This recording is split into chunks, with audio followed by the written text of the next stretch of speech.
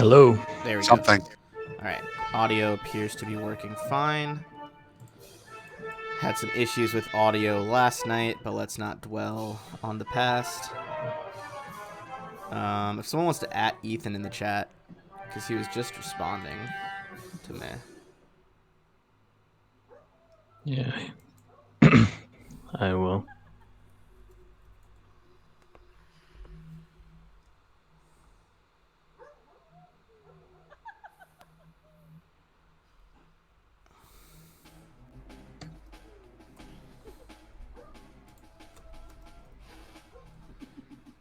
Boom, boom, boom, boom.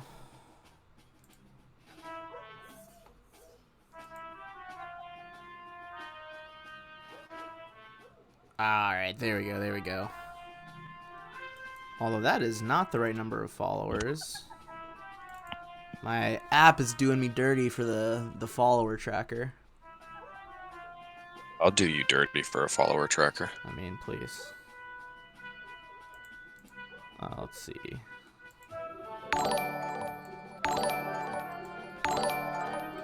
Okay, that should have fixed it.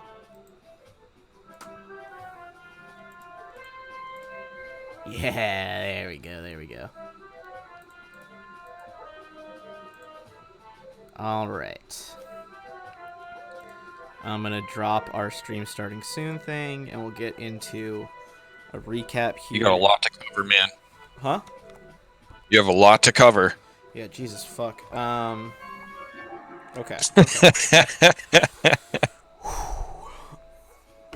Alright. So you guys went to a lot of places last time. Before we get into it, who we got? We got everybody? We got Ethan? There's Ethan.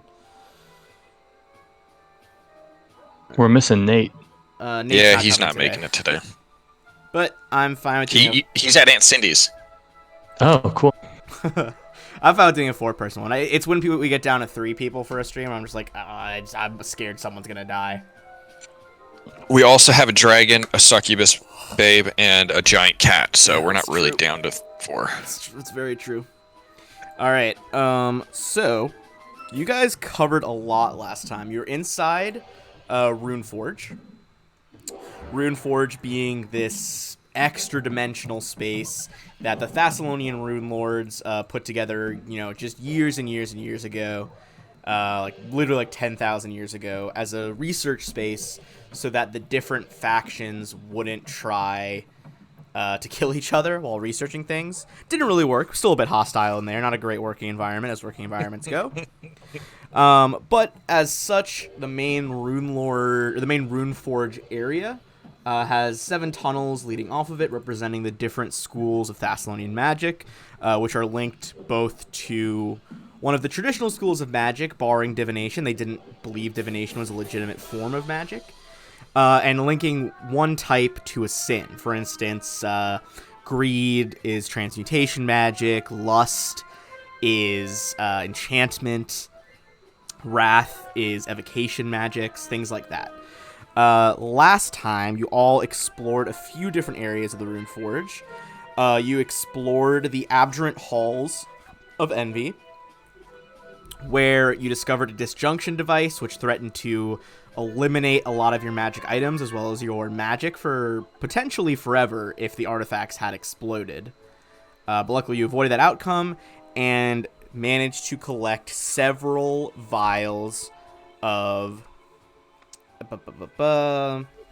Etherion, which is Ethelion, excuse me. It is like a magical metal in liquid at room temperature, much like Quicksilver, but it has the properties of leeching magic out of things. And the pool you found had already been so saturated with magic that it was like a potent arcane ingredient. As you took, what did you guys get? You guys got 4 vials of it? Yep. You also went into I believe it was the Festering Maze, which was home to Jordamandus. Jordamandus being a wizard that has survived by being part slime for all these years. And this thick boy tried to put you guys through the ringer. You put him down hard along with his slime allies. And on him, you found not only a good spell book and some magic items, but you found his notes on what he believes to be rune-forged weapon components, as well as what ingredient is needed from each school. Now, you think this is at least part of the information needed to forge some sort of, like, anti-magic weapons. But you're not sure the exact way to do it yet, other than it probably involves the central Runeforge pool. So far, The one we drank out of. the one you drank out of, and got some trippy visions of both the past, the present, and maybe the future? You don't know. It was absolutely a trip. I believe even the werecat tried some and imagined herself back when she was a kitten and things like that. You have collected some of the components on the list. One, he thinks Envy's component is Vials of Athelion. You collected that. You also collected mixtures from the 4 humors in the Festering Maze of Sloth, which were those like 4 tubes of noxious slime that seemed to be extending the wizard's life that was living in there. And you haven't got one yet, but you were looking for the Lust one, which he suspected was one of Delvaheen's personal toys, which you can well imagine what that might be.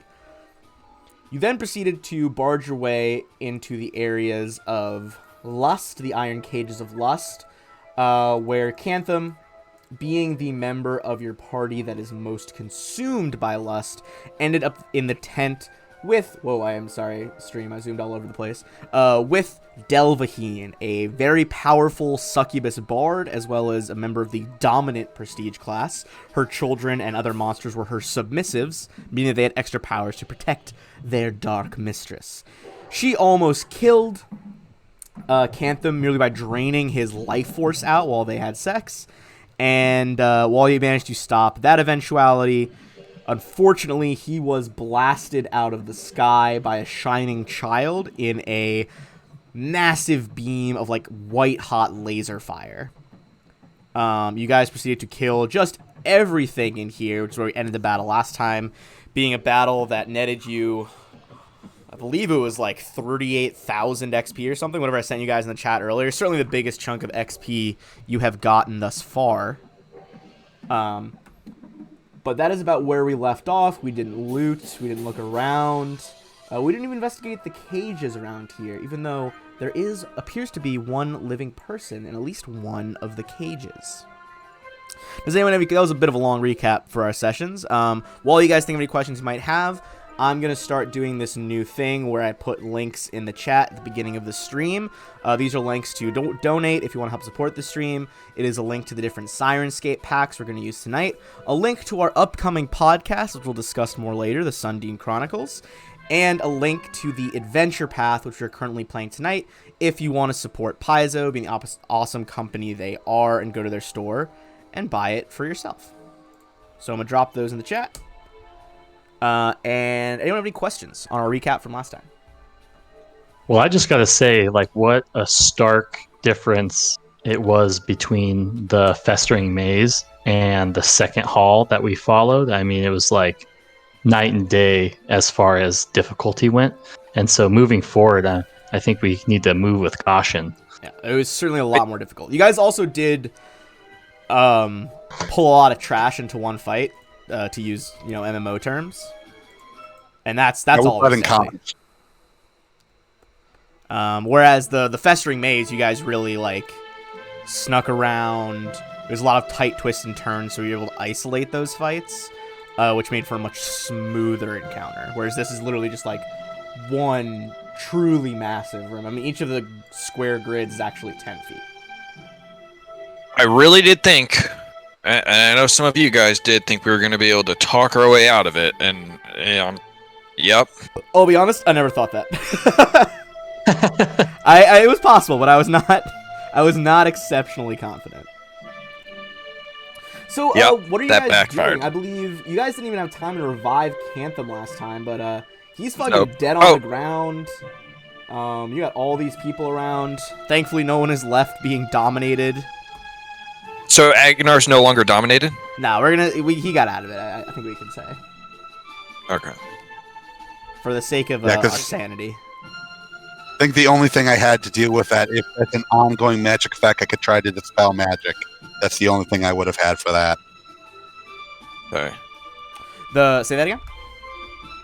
The only thing I would have had for that dominate is if it's an ongoing magic effect is dispel magic. That's the only thing I had. Okay.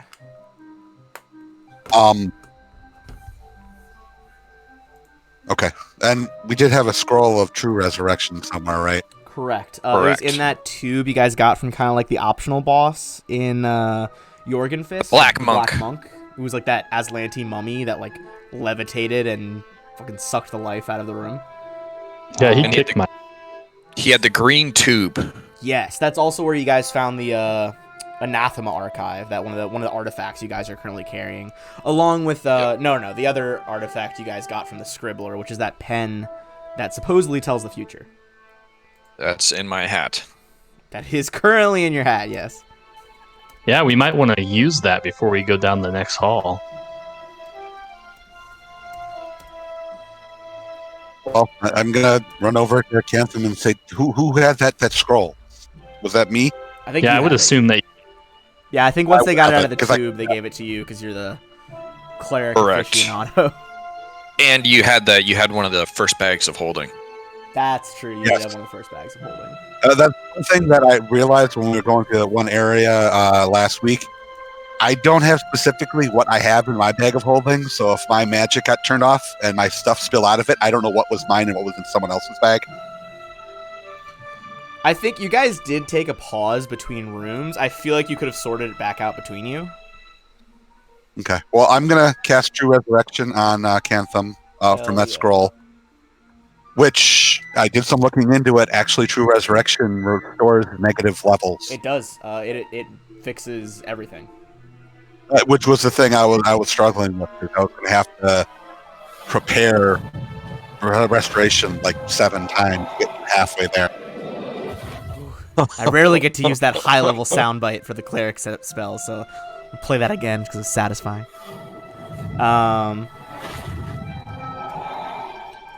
Alright.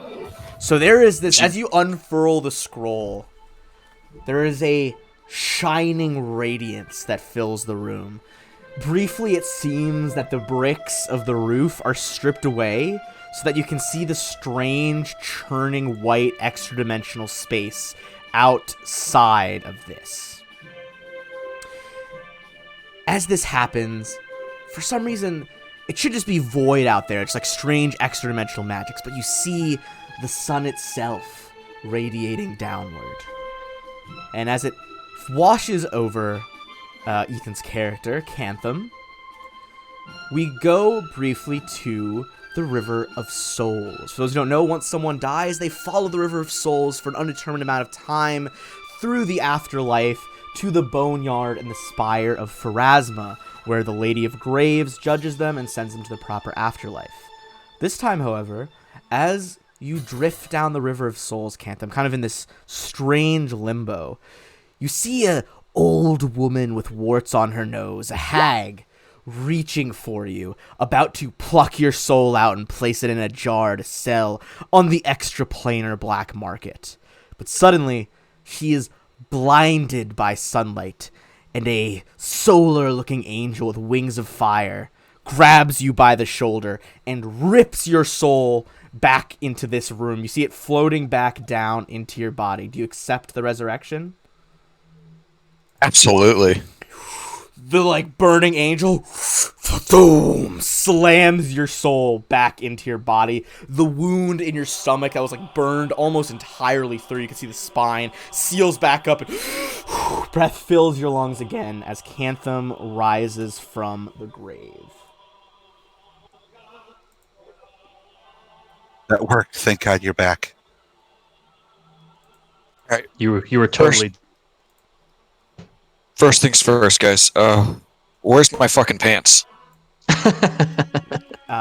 You look over at the throne where you were hanging out with Delvicine. Your pants over by the throne. I'm gonna get my happy little halfling ass over there. All right, Try and grab those. Your bare feet slap across the floor as you run across just plain tile to get over there. So, man. what would you guys like to do? You have been through a hell of a fight. Well, I What's your would like first to move tell here? Cantham it's really good to see you breathing. I don't think that we could make it through this place without you. Yeah, I don't quite completely understand what happened, but for some reason I'm not quite mad about it either.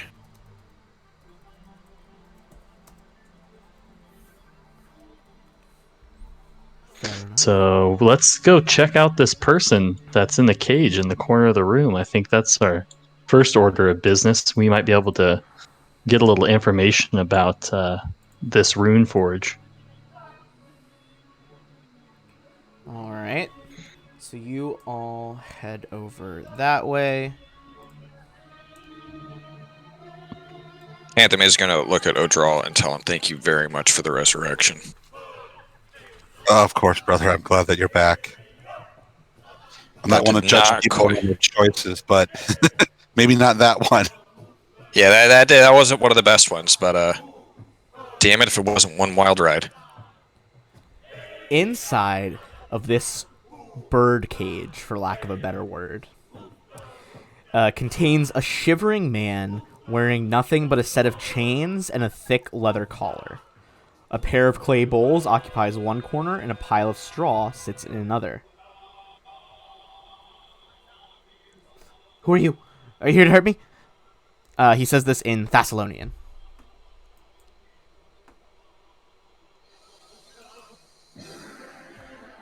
Well, that's Turgon. Yeah, I look around like I don't know what he's saying. How long have you been here? I don't know. 10 times 10 times 10 times 10? I don't know. Is there a lock somewhere on this door that I can unlock? I mean, I probably It's can't. fully unlocked. Oh, it is? Yeah. Oh, well, that's not cool. I'm gonna go. No, I'm gonna ask Odral, could you open the door for him? He seems to not be totally in his right mind.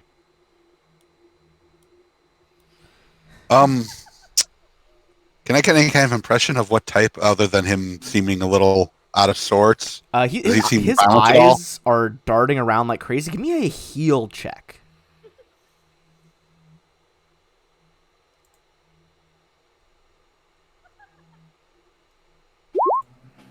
Okay. Between the pair of you, you realize something. This man is... First of all, he is suffering from negative levels, as one would imagine, being the slave of a succubus and her children. But he is also, from his prolonged stay here, has developed a potent case of schizophrenia.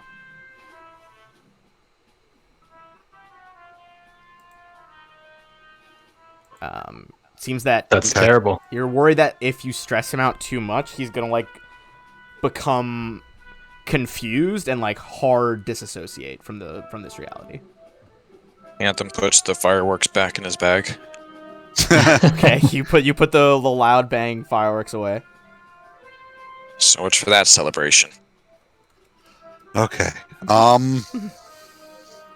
You all should just leave me here. Leave me in my cage. Oh, you want to stay here? You don't want out? I think if I left, I die.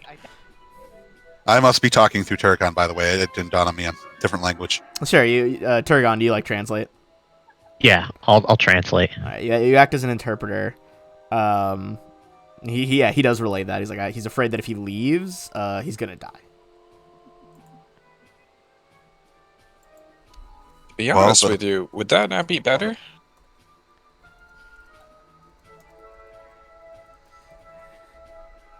Ask him hold if he on, wants give to him die. A wisdom check to see if he just full disassociates now.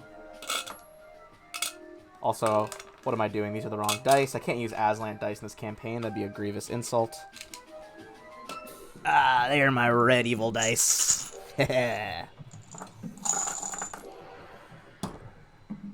All right.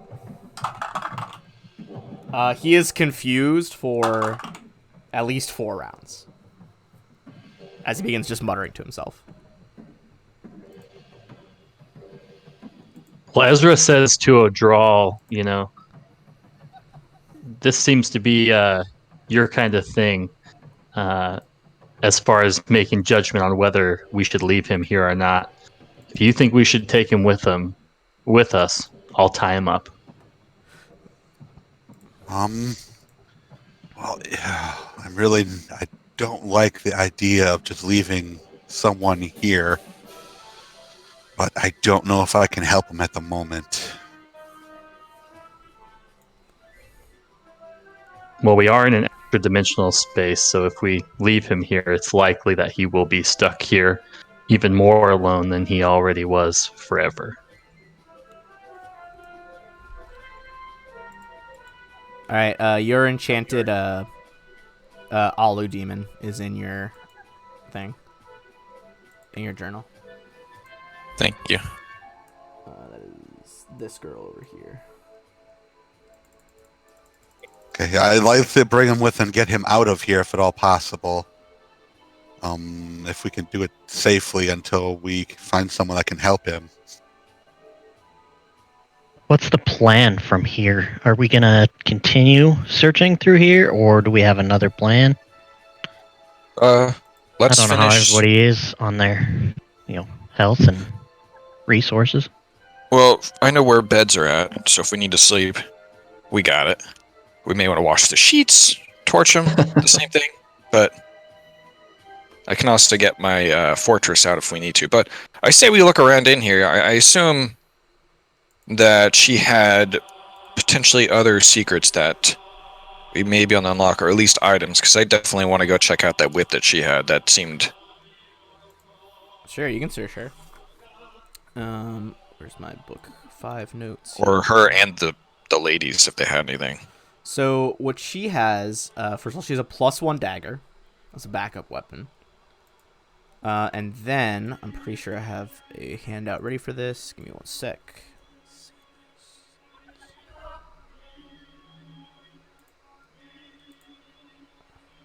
She has this. The Sadist's Lash. It's got all sorts of different powers, but one thing that Kantha might find interesting is that people who take damage from it get a -5 penalty on all will saves. Oh, man. Unless they make a will save to resist that. Well, I should say it's will saves against specifically enchantment effects. The weapon of a slave master, Cantham. Or a sexual deviant, is. but yeah. It is. Alright, I see. We'll save that magical surge for our next spell cast. Diane just dropped that in chat. And Drow, I see you with some items. Drow's rapidly taking notes on this lash. Yeah, that's right. I'll out you, Drow. Alright, let's see. What else does she have? Her armor. And she actually is wearing armor. That skimpy bra that she's wearing, is in fact glamored armor. It's meant to look like a hot push-up bra, but it is in fact a +2 mithril chain shirt. Ooh. Very cool. Both fashionable and effective.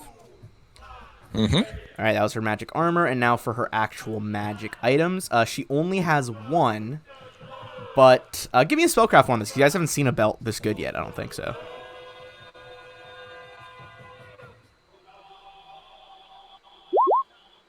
Okay, neither of those are good enough. Turgon, are you gonna save them? Activate. There we go. Okay, those are better rolls. This is a belt of physical might +4. It gives you +4 dex and +4 con. Oh, man. I'm so glad Agnar's not here. Yeah. And let's see. Who else did you kill in here? My 2 future sister-in-laws. Fair enough. All right. Well, you got the you dominated Ariala, who is one of the Alu demons. The Alu demons all had Masterwork Ray and Sewers. I'm just gonna put all their stuff in the chat. Actually, you guys can just add this to Perfect. That's all we need. That's perfect. Yeah, let's glance over that. The only thing really that I found of importance was that whip and then that belt that like Odral and Ezra can fight over. Yeah. Roll over. Yeah, we can roll over. I do want to point out that it would likely, since I wield the bow, it would be much more effective with me because of the dex, but rolling is fair. So it's up to you. That actually is too much dex for me because that would put me over my max dex cap, which then I'd be wasting dex. So if it would be useful for you, I say you take it. Well, thanks, man. Appreciate that. Awesome. Okay, so I'm putting a screenshot of it in our Discord. If anyone watching wants to join the Discord, the link is below the stream. It's that times 4 for the 4 different succubus kids. And I would have to take off my giant strength belt, right, in order to wear it. You can't wear 2. You can't wear 2. It wouldn't stack. Also, you only have 1 belt slot, so you couldn't equip 2 different belt slots. And who hasn't rolled a random item in a while? Because we'll throw on, I think, maybe her favorite kid, which I believe canonically her favorite kid. Let me just double check. I believe it is Voivod, which is this dead one over here. Who wants to roll for the magic item for this one? I'll do I it. rolled last time, so. Okay, sounds like you called it. Go ahead and give me that D12. And I'm going to roll separately. Alright. Nat 1. Off to a good start. Alright, so that Speak of the Devil is going to be another belt slot. Go ahead and give me a D100 on that as well. 6, and you guys This is are not looking pretty. pretty high up.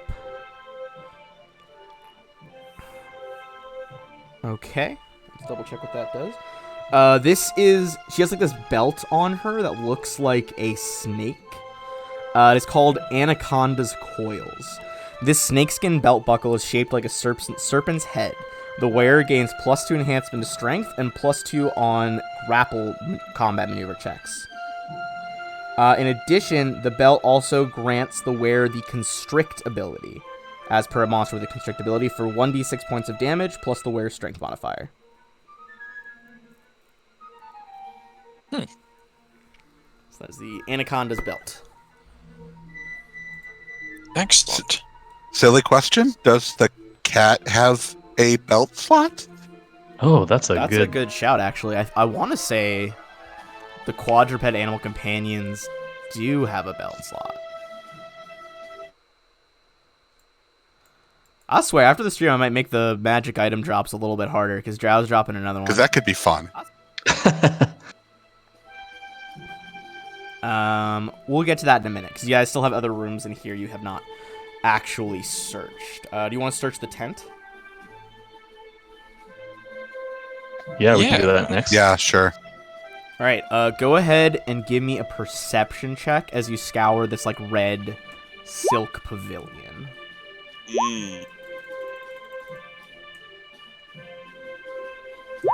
And I'm just going to move one of you into her room so that people can see the room. All right, both Ezra and Turgon got enough to notice this stuff. There is several things hidden around here. Magical items. First of all, there is yet another handy haversack. There is a potion of cure moderate wounds, a potion of remove disease, and a potion of remove paralysis. Finally, and I believe this is probably gonna be for Odral, there is a Tome of Understanding. That's another one of those books that takes 48 hours to read. If you read it, it's going to up your wisdom score by 1. Oh, Dang. Now we've got 2 of those books in our possession. What was the other one, Ethan? Was it two? Manual of Gainful Exercise. +2 to strength. Oh, cool. This one's +1 wisdom, and not so hidden around the room, really scattered all over these beds, are just the most insane collection of adult toys that you've ever seen. And let's say one you find is just the most expensive looking ball gag you've ever seen, in set with like an enormous ruby instead of like a red rubber ball. interesting. And what does it do? Unfortunately, I do Put not it in have your art mouth. of that. For those asking in chat. Oh my god. If anyone wants, if any of our fans want to draw a ruby sphered ball gag, that's on you. There are several others. I don't have to describe all of them, but I'd say you'd be able to collect at least 4 of Delvahin's personal toys. Don't judge me. Cantham's just like stuffing them under his arms. Jesus Christ. I hope for the Runeforge components. Of course, of course. Oh my. Oh, Draw's He's not- looking the other way. He's not a deviant, you guys. He did that for you. He went into that room for you guys to talk our way out of it, so you guys wouldn't get hurt. Mm-hmm. Okay. All right, and It's a sacrifice he was willing to make. truly, the rest of these rooms can be also very hard, so I'm actually not that mad that Drow dropped a second random item. Who would like to be our drawer this time? Oh, Drow, have you done one recently? I don't know, but I'll do it. All right, give me a D12. Have a 6. Ooh, hell yeah. That's going to be in the hand slot, which I don't think a lot of you guys have magic items in the hand slots. That's pretty good. Go ahead and give me a D100 roll. There you go. 35. That's not bad at all. Oh god, what the fuck is that? That sounds awesome. I think one of my favorite things about this is, like, even after years of Pathfinder, I feel like whenever I do this, I still find new items. These are giant fist gauntlets.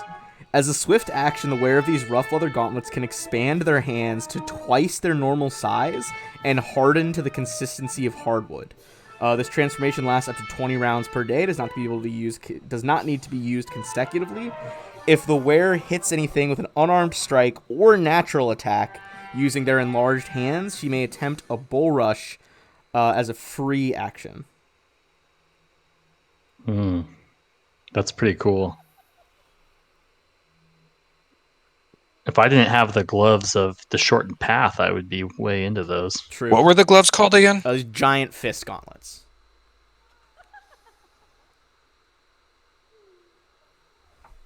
All right. Hell yeah.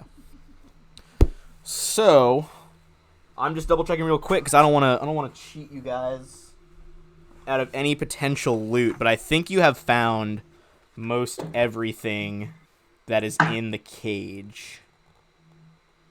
Give me an appraise check as you look at the rest of the sex toys. That's a sentence I never thought I'd hear. And yet we're in the cages of lust, so it must be done. If you took all of Delvahin's debaucherous collection, someone clip that, please, by the way. If you took all of her collection, that's going to be worth about 3,600 gold pieces. I got it in the loot list. Hey, Ben, before I forget, Ezra Hey, last thanks, Dan. time was infected in the festering maze. Yeah. So tomorrow he Tomorrow should be morning getting you're going to an have to unknown deal with some disease. shit. Yeah. Oh my god. And Cantham should be the one who caught something, but Oh no, man. no. He didn't catch nothing. Hey, you know, she may be a insane dominatrix, but she's clean. She practices some safe sex. Oh, he caught Yeah. something. He caught dead. He caught the that's true. death. I kinda got that Arguably, real quick. I mean, some scholars say death is the worst STI. God, I just skipped the God, STI. I'm never and going. went to the I'm never end. going to run for office after this fucking episode. Okay, yeah, that is all that's in there. What are we doing with our buddy down there? I don't know. Up to you guys. Okay. I think that when we go back to a town or something, if we can find a way to get him safely to someone that might be able to help, but I don't know that we should move him right now because if he's unstable as he seems to be, we don't want to move him right now. Let's let him be as calm as he can be. Well, I think those rounds while we were searching are probably up. He might be not confused anymore because that was only for 3 rounds. I just meant That he's time. generally unstable. I mean, He is someone. very unstable. I mean, give me a Arcana check.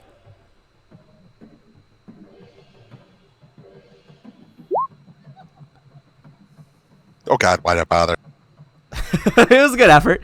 Turion, you think that perhaps if you had magical intervention, like maybe like a heal spell or a lesser wish or something like that, you could restore his sanity for whatever that's worth.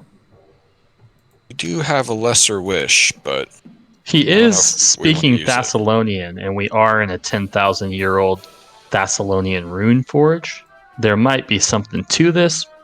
Just saying. And I will have heal again tomorrow. So Yeah, I so we can. could sleep here. We got beds, Do and you guys? Cantham can put up his little hut. Do you guys Yeah, I'll wanna put sleep the in here, then? fortress out. Yeah. All right, you take out the cube. It like assembles into this massive, like solid metal tower to defend you guys. Is anyone actively staying on watch? No Someone need. probably. Yeah. I would stay on watch for at least all the time except the 2 hours I need to sleep. And I'll blast my channel before I go to sleep. Yeah, if you want to run that channel, get people some health back. Remember, anyone can make. Oh my god, you had so many channels left. Holy shit! I assume that might restore everyone to full. Yep. And Cantham, I don't know, make sure you know that you have full health again and everything. So you're the only one that didn't need any of that. All right, so remember that anyone who, if anyone, I don't know if anyone has any ability score damage left, but if you do, you can make that heal check. If you succeed at a 15, you can heal 2 points of damage instead of 1. Which, if you don't, I wouldn't even worry about it, to be honest.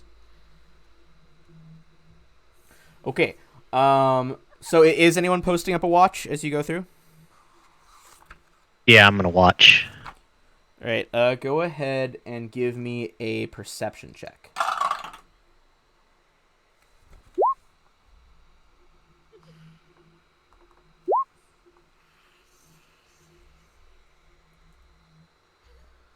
Okay, got a 23 and a 32.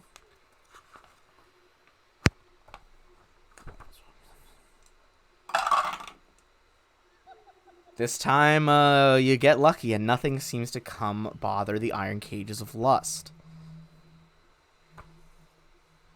So with that, the next morning, you get your spell slots back. Do you still want to have a use your heal on him? Yeah, I think I would. I don't want to leave him like this. All right. So, you cast out the holy light of Saren Ray with a kind of like a chorus of angels type vibe, as for the first time in near 10,000 years, this man's eyes clear.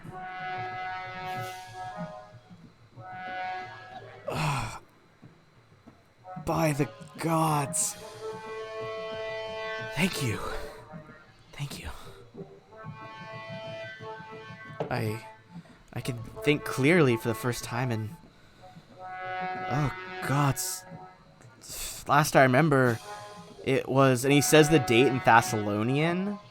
Those of you who speak Thessalonian realize he is referring to a date some 10,000 years ago. Woof. This guy's been here for almost 10,000 years. For the purposes of this session, Agnar does offer to the rest of you. He has seen people who have suffered from schizophrenia or other mental health problems in the past, and volunteers to stay with this man to help him get readjusted. But do you guys have anything to ask him? My name is Nolevatu Von. I don't know how I can repay you. Can you tell us more about this place?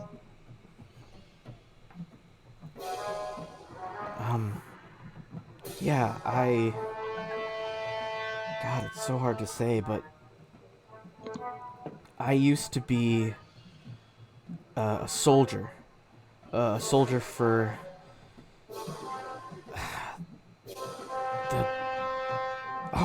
for Mistress Sorshin, the Runelord of Lust.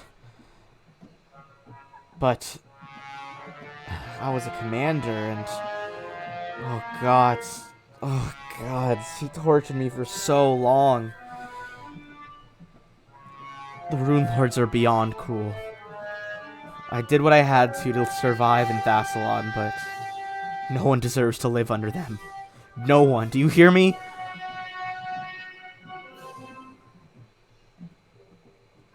Yeah, we hear you. Do you know anything about what might be down any of the other pathways of the Runeforge? Have you seen anywhere else other than here? Just one place that Mr. Sorston had me carry out a diplomatic mission, I guess you would call it. She sent me into the Halls of Wrath. There is... gods. So much brutality there. They have iron golems. They have strange fighters. Fighters like I've never seen. They mix disciplines of the arcane and the martial. And they train day and night against Sin Spawn. I can barely... They're brutal there. And the worst of all, High Lady Athroxis. Her flaming Ransur gives me nightmares. He describes, as best he can, the types of magic and fighting styles these people have. Go ahead and give me a Knowledge Arcana check for those who have it.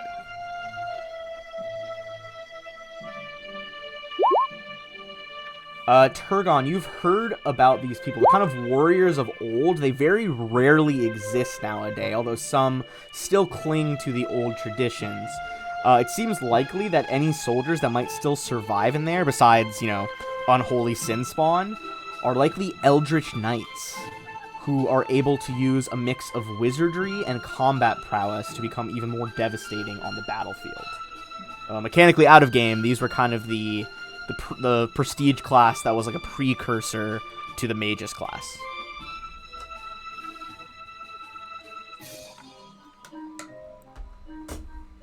He tells you all of them are pretty much, to a T, if there are any surviving soldiers, they are likely all evoker wizards, as well as combatants.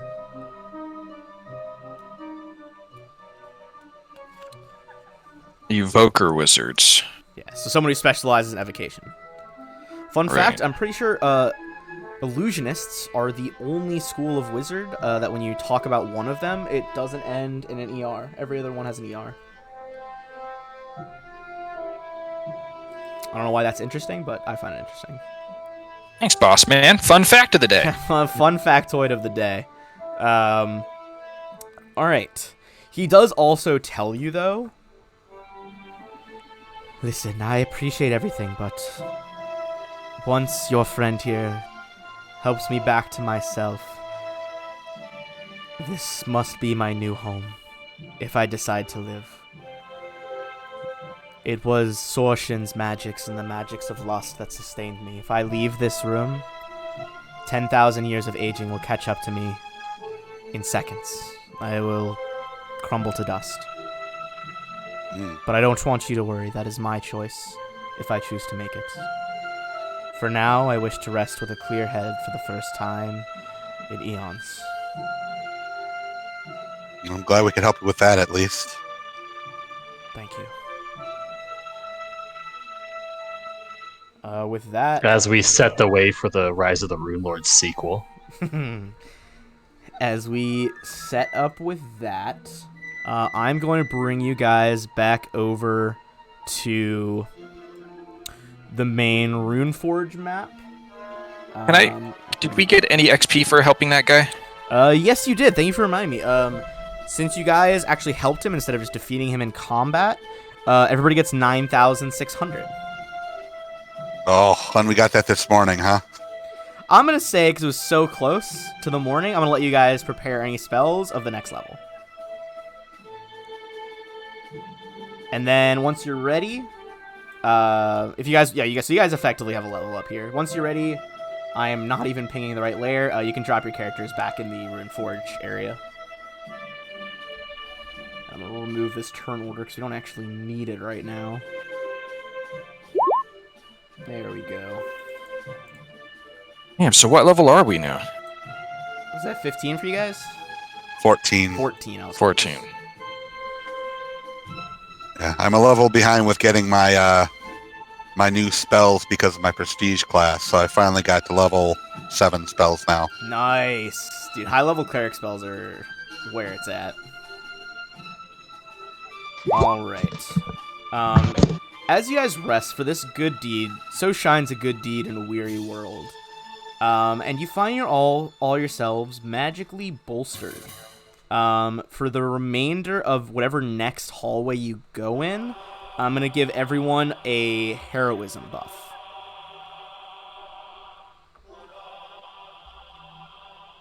Well, thanks for raining on my parade there, big guy. You got other buffs. This will save you some slots. Me too. I do have a new one. And actually, now that we're out here, I do have a spell that I wanted to try.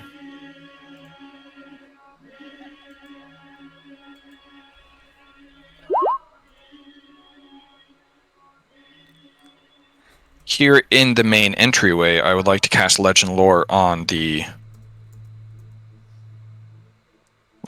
water itself. Kind of get a better glance of what made it so amazing.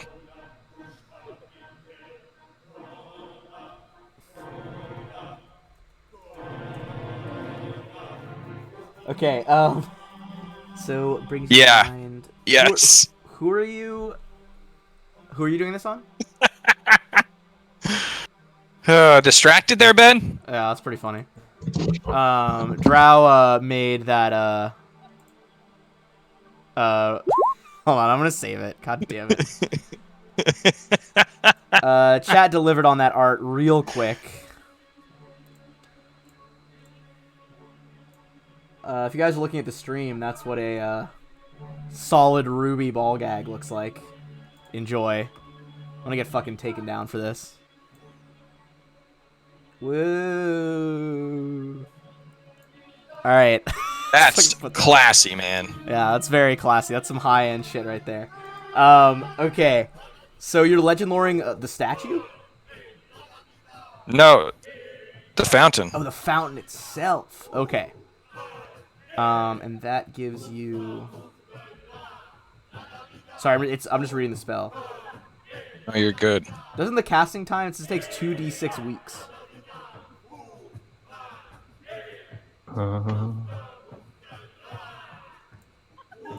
During the casting, you cannot engage in other routines, such as eating, sleeping, All right. and so forth. Well, that's unfortunate. There's a wasted spell. Sorry. Dumb. I'm picking up bard spells suck at the end. I'll let you pick a new one if you want. That was rough. You gotta read the fine print, my That's guy. dumb. I don't want to do that. I don't want to read. Okay, so...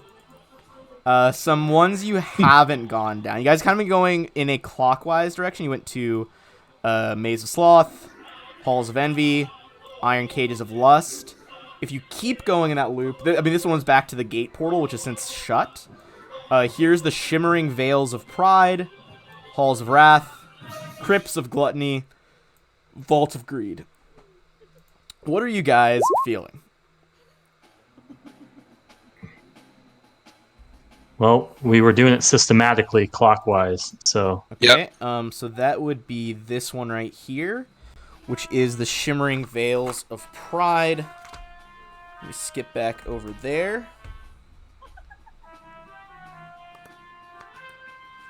All right. Let's see who's going to be most affected by this sin.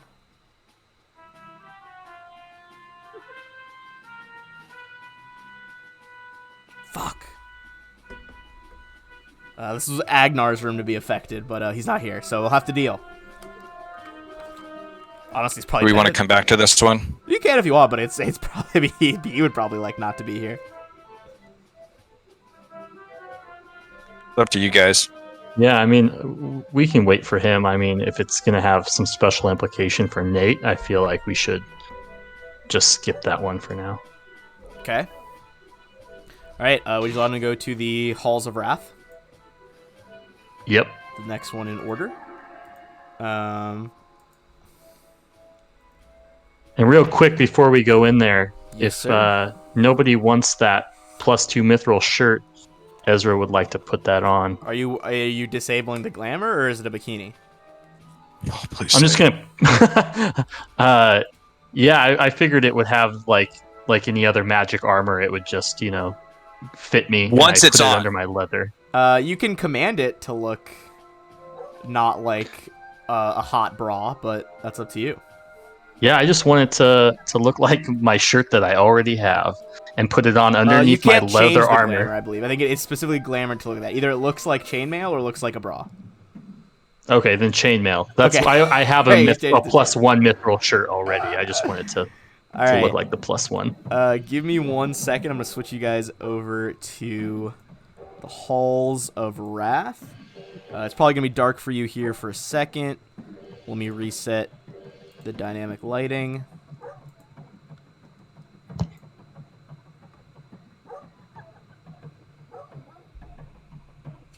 And I put the belt on the cat too. I found that the rule for that, so she does have a belt slot.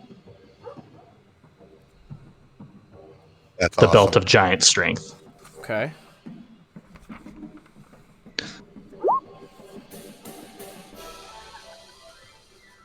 All right. So if you guys want to go ahead and drop your tokens, they're going to be right over here.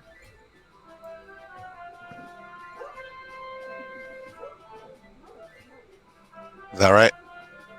Yep, you're good. Oh well, you're you're in the wall, but there you go. Got it. I said yep before I zoomed in. I was like, oh, he's probably just seeing like the literal outer edge of the map.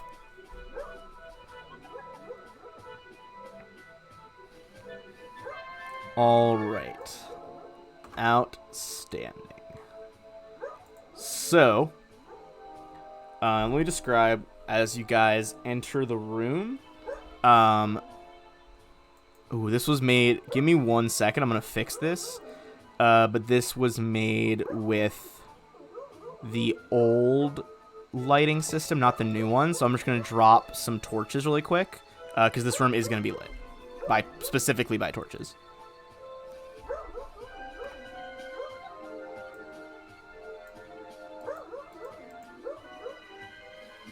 Let's make these bad boys shine light. Let's make it a bigger radius than normal to save me time.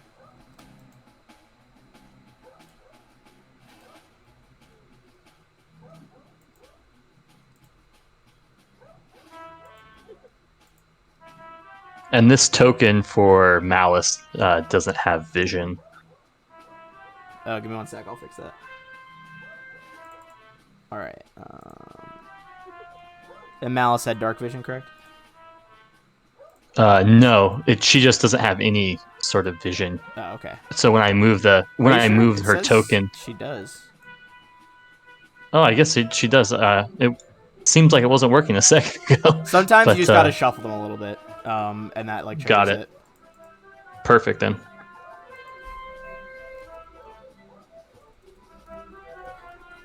Cantham, do you bring your new friend? Yeah, if I can. Yeah, I think I certainly since don't it's want to leave in her your back. journal. I think you can just drag her out. If you Okay, can't, perfect. let me know. But I think you should be able to just like click on it, like same way you drag yourself out. Yep, there you go. Perfect. And she is healed by positive energy, so she probably would have been healed by the channels as well, which brings her to her normal HP of 124. I do tell O'Dral to help me keep an eye on her, though. Got it. And I'm going to fix some stuff. I'll just fix it while we're doing combat and things like that. But I am going to start making it so everyone can see each other's HP bars again. Since they did the like little updates for Roll20, I've been kind of just trying to reset stuff as I go. While you're doing that, Ezra adjusts the bra underneath his armor. Okay, just awesome. a little bit. All right, so you guys are in the Halls of Wrath. So let's switch over to that ambience. Rolling through sound packs today. Oh, I think I know who's gonna be who this tunnel's for. All right.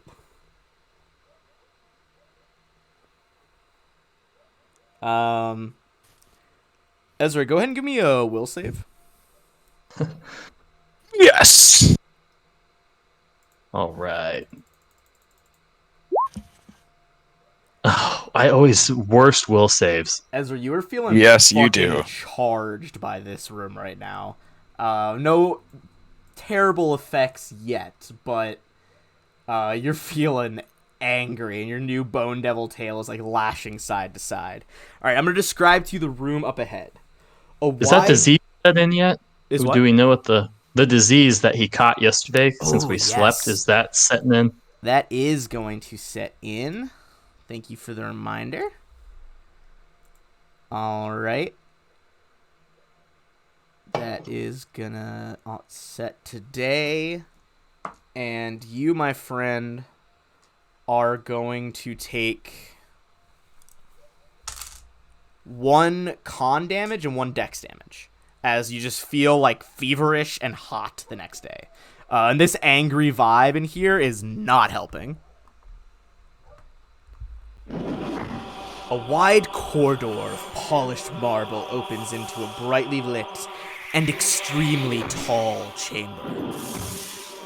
The upper portion of the far wall is entirely covered in a mural of an armored woman with crimson hair, holding a burning ranseur, riding on the back of a massive red dragon. A square outcropping of marble juts out from the far wall, rising from the floor to a height of 30 feet. An opening in the wall directly behind the flat top of the column leads deeper into this section of the vault. A 12-foot-tall iron statue stands on this platform, an enormous iron bow gripped in its metal fists, and a strange rune that looks like a pair of fangs decorates its chest. Those of you who are well-versed in Thessalonian lore would know that this is the symbol of wrath.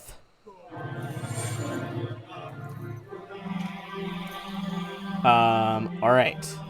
So he is not going to get any sort of surprise round on you because you guys healed that man. You were warned that there are iron golems at the entrance. This thing grinds into motion, and the iron bow, a bowstring made of like solid energy connects the two ends. And this is a clearly well-designed recurve bow, named, for you guys who don't know, the limbs curve back and then recurve at the ends. This is the type of bows that I'm trained with to teach, so I like them a lot. And as he draws the arrow back, we are going to roll for initiative against the Iron Golem.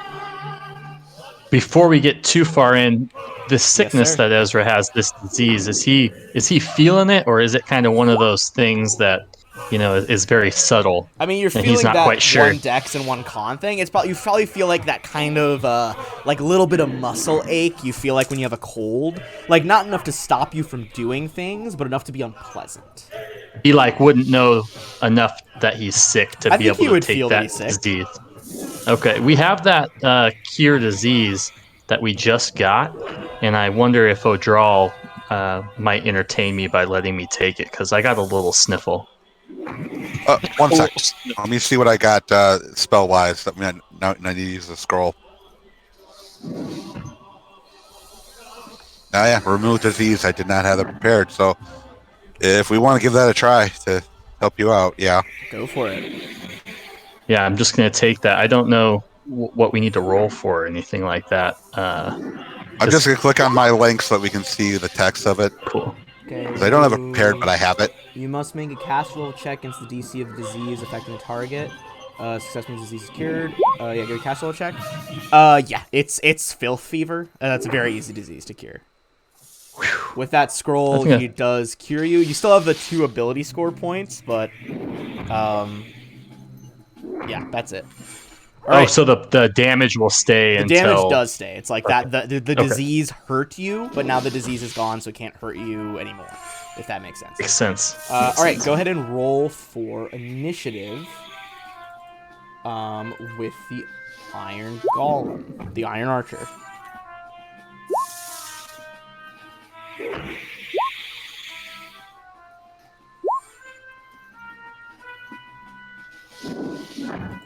God, you have so many fucking people. All right. Yeah, dude. Ezra, you are up first. Let me make sure you guys are still the right size for this grid. You are. Carry on. What would you like to do? I think this is going to be a little archer battle here. Yeah. And we'll see. What's your bonus to AC? My initiative or AC? Or initiative, sorry. Oh, I got it. You're much higher than this. This is perfect. Okay, go ahead, Ezra. Sorry. Yeah, Ezra's just going to fire his longbow. Okay, I believe that is out of your initial range at 200 feet. Is it? I Let me think see. longbow. Yeah, it is. Yeah, it's 110 feet. 110. Well, I was way off. So yeah, Ezra will move, let's say, to about here. And I think that might bring us in range. Let me check here. Ignore that, Ben. Okay. He's going to have to get a little bit closer. Okay. And he'll just fire one, so ignore the other 2 that it's going to say.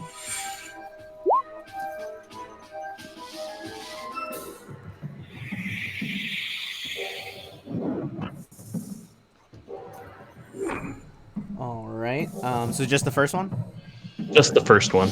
That is going to be a hint as your first... hint.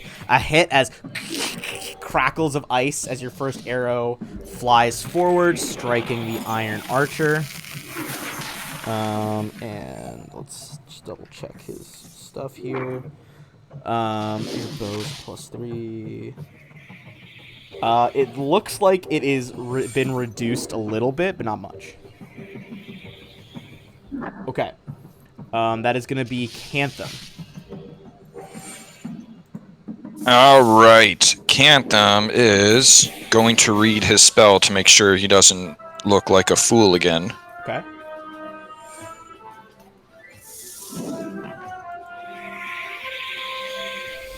That is making sure it doesn't take 2d6 weeks. Yep. All right, 185 feet. Would I know if... yeah, that should work. From what I understand, that should be just fine. All right, I'm going to go ahead and cast Mind Fog All right. With... in that area. All right, you cast Mind Fog. A dense, magical bank of mist flows around the golem, and it looks completely unaffected. But go ahead and give me a D100 roll, as chat did put forward a magical surge. And we're going to use the optional rules from Pathfinder Unchained. All right. Your magic happens, and the mist somehow mixes with conjuration magic that's like evident in the air, and you can choose which square next to the 30-foot high pillar it's on to teleport next to.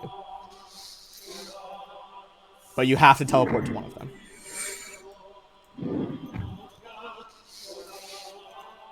Ooh.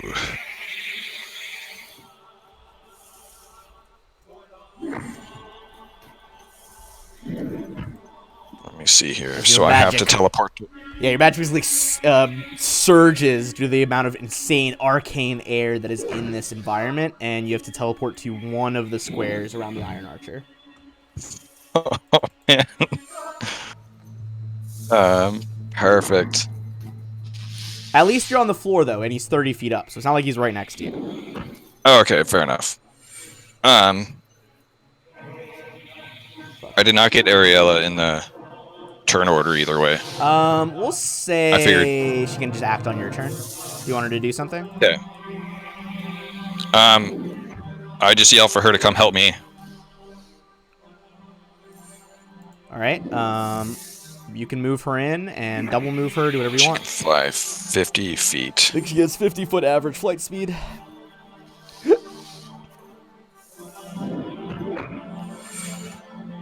That is me and my favorite gal's turn. All right. That is going to be the Iron Archer. Okay. Don't mind the You tiny little see guy. It's hold on. I gotta roll for it actually. Okay. The string of energy flares to life and crackles with like pure burning flames. And it is going to fire 4 arrows of concentrated wrath at Ezra. Damn. All right. This is against touch AC. What is your touch AC? 17. 17. All right. Hit. Hit. Potential crit. Confirms. Hit. Uh-oh. Oh, wait, no. Last one's a miss. So, 2 hits and a crit. Okay. I need... So that is going to be... Chat's going to see this roll, but you guys aren't.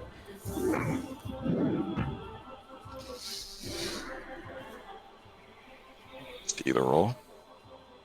I don't want to hear it. My heart sinks. We just you're- used the one resurrection. These burning, like, almost the size of javelin arrows slam into you, engulfing you in flame. You're going to take 58 damage, 58 fire damage. Damn. As the golem just, like, rotates its head, scanning you all with its eyes, which are made of solid diamonds. Ember the Dragon. Ezra screams for Turgon, you know, like a little child. Ember's gonna move.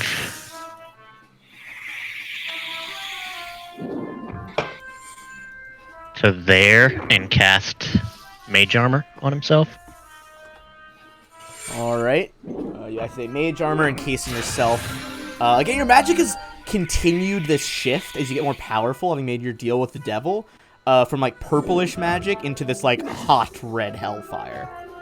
So, Dragon's magic, red armor kind of glows in the air. And then what does Turgon himself want to do? I'm gonna dimensional slide 140 feet to there and also cast Mage Armor on myself. Alright, 2 mage armors go off. As you kind of match with your dragon, this really cool, like, looks almost like red iron spike tipped armor that manifests itself around the pair of you. And that brings us to Malice. Let me see the distance here. 120. Okay. Malice is gonna double move Okay. to here. Alright, Malice double moves, running up in the center of the room. That brings us to Odral.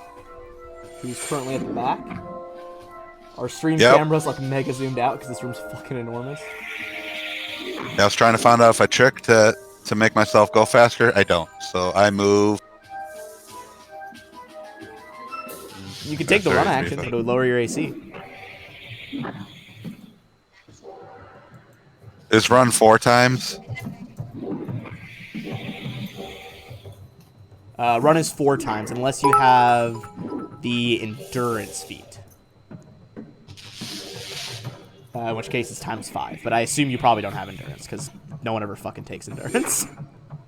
No, unless it's a prereq for something. Yeah, unless it's a prereq or you're like a horse. Okay, so I move there, and what is the -2 AC from that? I'm pulling my condition list right now. Running is going to be no dex bonus to AC. So not that actually impactful for you. A little bit, but not much. Yeah, Okay, I mean, could be worse. At least it's not like a flat like -5 or some shit. All right, so you run up to about midpoint in the room. Ezra, it is your turn. Let's see.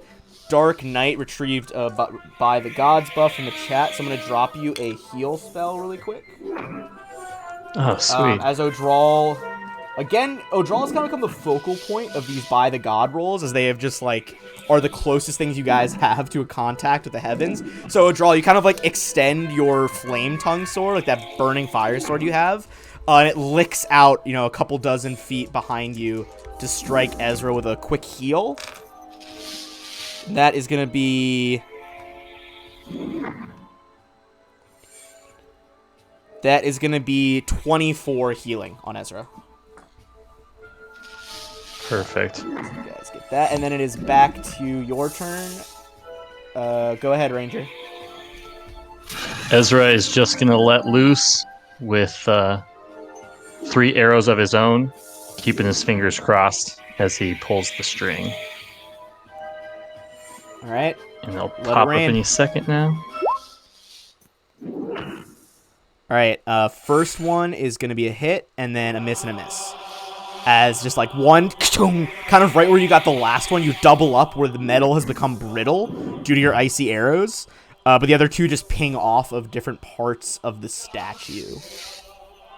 Rolling terrible tonight.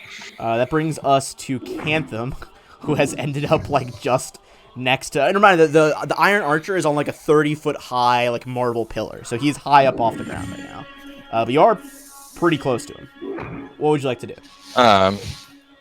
I'm going to... Well, his recent brush with death probably doesn't make him feel any better, but he's going to kind of back up a bit and dimensional door out of there. All right, you activate a teleportation spell. Where's my teleport button? And I will start up my Bard performance at that point. What are you performing? I will do Inspire Courage. All right, and is it an oration?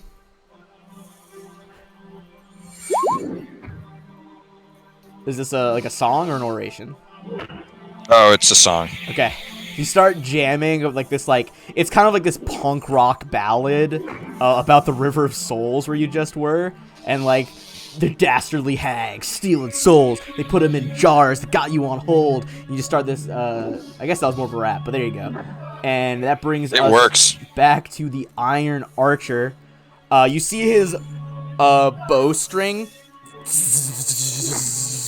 starts to crackle with electricity as the damage type shifts. This time, he is going to start raining arrows on multiple targets. This is going to be... First one is touch AC on Ember the Dragon. That is going to be a 37 for touch. I assume that probably... I think that probably hits the back seal. Okay.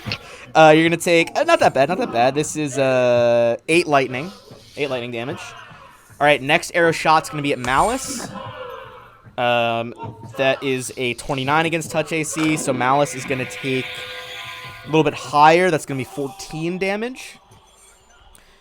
Next arrow is at Turgon. That is a 24 touch AC. Oh yeah. Oh, I just threw a d6 on the floor. Hold on, got it. Turgon's gonna take 12 lightning damage. And final shot is gonna go over to... Who else is a threat right here?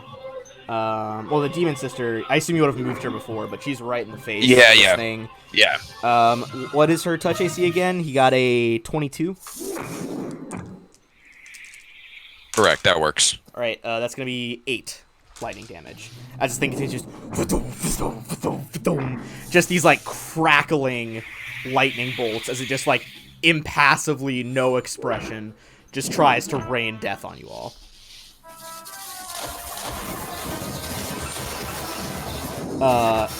Ember. Amber's gonna fly. To the people in chat, yeah, that Dark Knight's right. I use that as a heal. He's gonna fly this way and then fly Ooh. over here. All right. What's And your then- what's your flying ability? Is it excellent for dragons? No. I think his is. I want to say poor, but Ooh, if it's poor or the tier above, I think that angle requires a fly check. It's not super hard, but it does require one. yeah, it's either poor or average. I'll make a fly check. You're turning greater than 45 degrees. This is going to be, I think if you're poor average, it's a DC like 17. Oh, yeah, I just looked over the screen. Yeah, you smash it. He's fine. He swoops over, goes to the side, and is now within reach. That is going to provoke an op attack, because it basically can just take its hand off the energy string, and it just tries to absolutely fucking deck you with a solid metal fist. So what is Ember's AC with the mage armor? 29. Okay, that is going to be a 52 to hit. So it's going to hit. I didn't even make that up. Alright. Give me a sec, math. Jesus fuck. Gonna take 37 damage as, like, just this metal boom, uppercut to the dragon's chin. But you still get your attack off.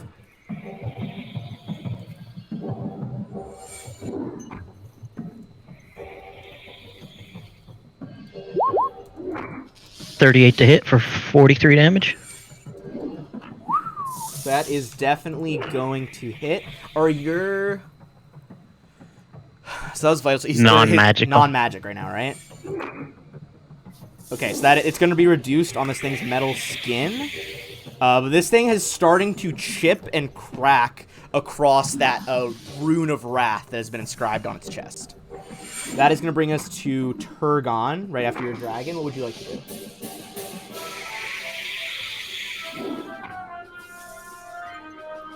Gonna dimensional door or dimensional slide to here, Okay, so kind of like looking up at an angle at the statue. and then I'm going to cast.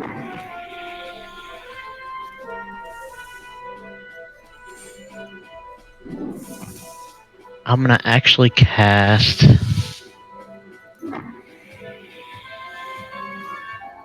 a fire snowball, Snowball, okay. You crystallize the air, chilling and the I'm gonna temperature. make it acid Oh, just acid? to see if Okay. it'll dissolve him or something.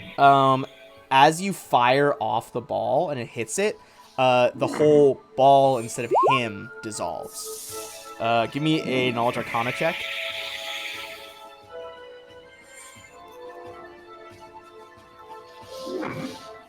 It seems he's not just resistant, he's fully immune to magic. I'll yell out to everybody, "Don't use magic." Fair enough. That brings us to Malice. This thing sucks. Yeah, dude, golems are the scariest fucking shit as a caster, especially like late game golems. Go dragon, go dragon, go. Malice is going to make a charge, and being that she has the distance to run up the That's the really statue funny. or the And the even though it's not a podium. straight line, I'm going to allow it for her to charge up the thing. That's really fucking funny. Okay, yeah. So climb check for her. Yeah, give her a climb check as part of the charge. I'll definitely allow that. 21. 21. That is enough. It says that this pillar is chipped, so it's actually not that hard to climb. So she's kind of. So you have Full some round options here. attack. You could full round attack there, which means she would have to drop back down to the floor, or you could just do bites, and have her cling with her claws. You're gonna full round attack and Okay. hopefully Go for it. land on her feet because that's what cats do. So The two claws at the end are both going to scrape against it, but are severely reduced in scope of damage. Give me a reflex save to negate some of the fall damage here. does the rake count as well? Oh, just reduced. Do you have heroism the selected rake that is he if gave it's you guys? both claws. That's what I was looking at. Okay, only one claw is going to hit.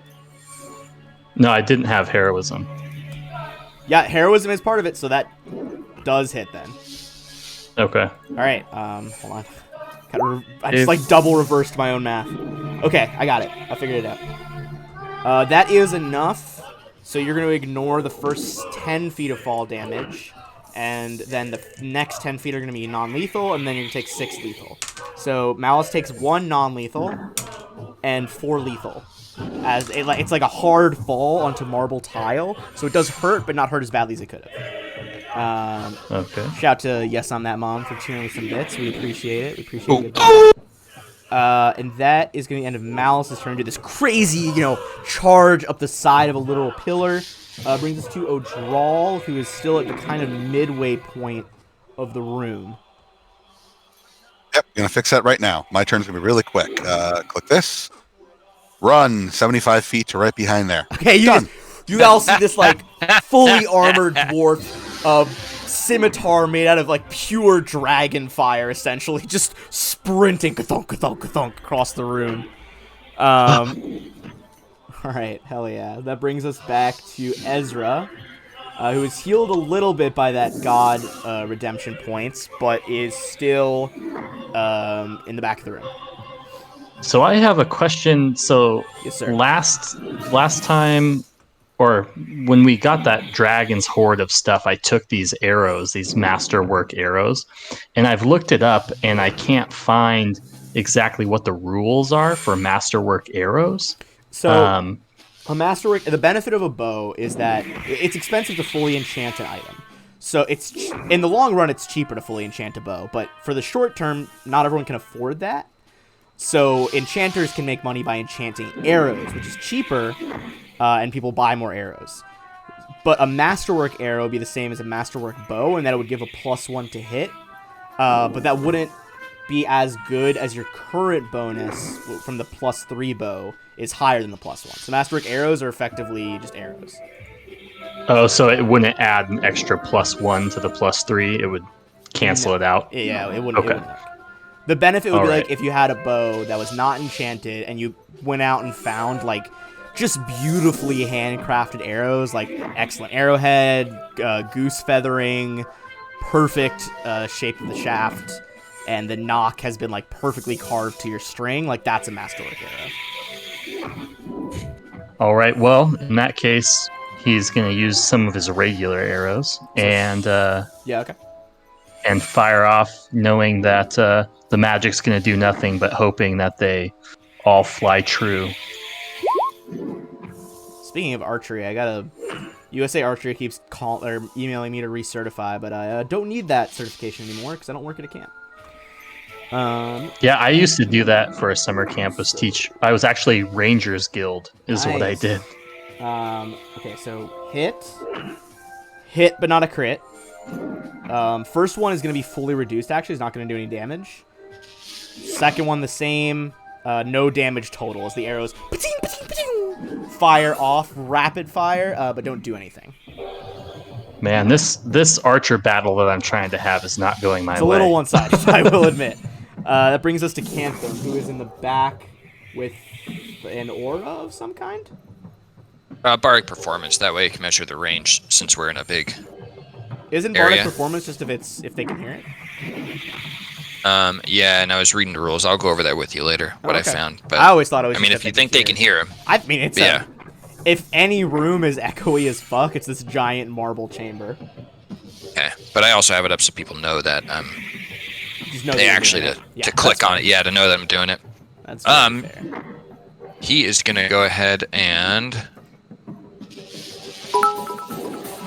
seeing the battle that's going on with Ezra, he's gonna go ahead and cast. Let me see here. Good Hope on him. Okay. There's a flare of magic. You don't need magic words to do it, but you just cause the magic to happen via your music.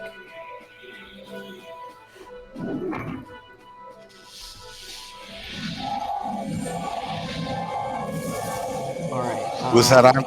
That was on Ezra, right? Yep. Correct. Okay. Yep. Cool. All right, that brings us to the archer. His. Oh, real quick. Go ahead. We're not done yet. Oh, your demon woman. Yeah. Go for My girlfriend. Your girlfriend. She's like, Cantham, what Anything should we do? Anything for you, darling. Anything for you, my love. Just have her go full ham with her Ransuer. I have to get used to this character sheet.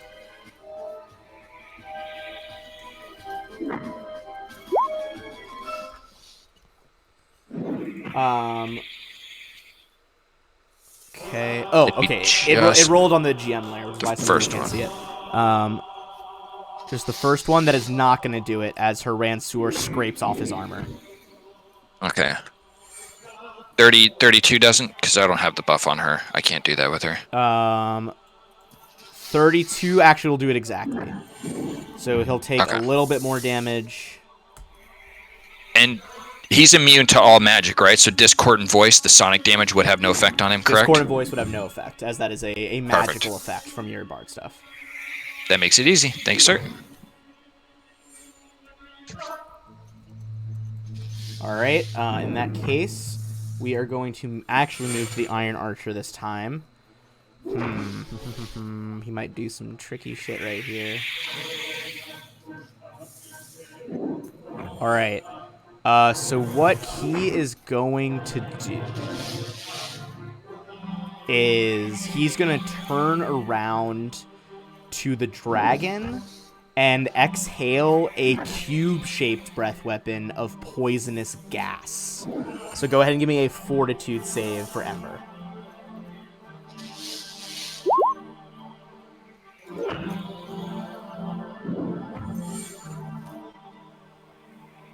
Let's see. That is going to do it. The poison is still there, though. It'll be still there until his next turn. So currently, Ember is still like in a ball of gas. So Ember's turn. That was the full archer's turn. Try to do something different to his own detriment. Full attack. All right. Remaining in the poison cloud, Ember just goes absolutely ham. That is 2 hits, one on the bite, one on the tail. Reduce damage from the first one. And then the second one. The Iron Golem looks like it is about to fall apart. There's a significant amount of damage that was started from the arrows Ezra fired, and the dragon is now kind of expanded on that. The center of its chest looks like it's ready to shatter into like disparate fragments. Turgon. I'm just gonna hang out. Just hanging, watching your dragon friend, who is your bond to your patron, stomp actual ass. Malice, what would you like to do? Malice is going to do the same thing that she did last time. So Alright. here's the climb check Just a and the sweet- full round attack. Near vertical charge. Alright, so that was attack rolls and reflex. Is this with the heroism? Yes. Okay, attack number 1 is a hit. Claw number 1 is a hit. So that is even with the damage reduction, scratching their way up the pillar. The Warcat dives, gets a claw off, a bite, and the Iron Archer shatters into fragments, which rain down upon the floor. Alright, with that, we are out of combat. And I'm going to take away our battle music. Everybody is going to get some XP here. Numbers are too big now for me to not do this on a calculator anymore. Everybody's going to go ahead and get 9,600 for that. With the end of that battle, we're about 90 minutes into the session. I'm going to say that's going to be our first 5-minute break. If you're watching, feel free to stick around. We're on an ad break. If you don't see an ad, don't worry about it. It's probably because you're already either subscribed or following the channel. Sometimes that just happens. But in case you're not, I'm going to run it anyway. I'll see you all back in 5 minutes. And then we will drop that random magic item thanks to Dark Knight. Alright. I'm going to go ahead and mute us, guys, so you can talk about whatever.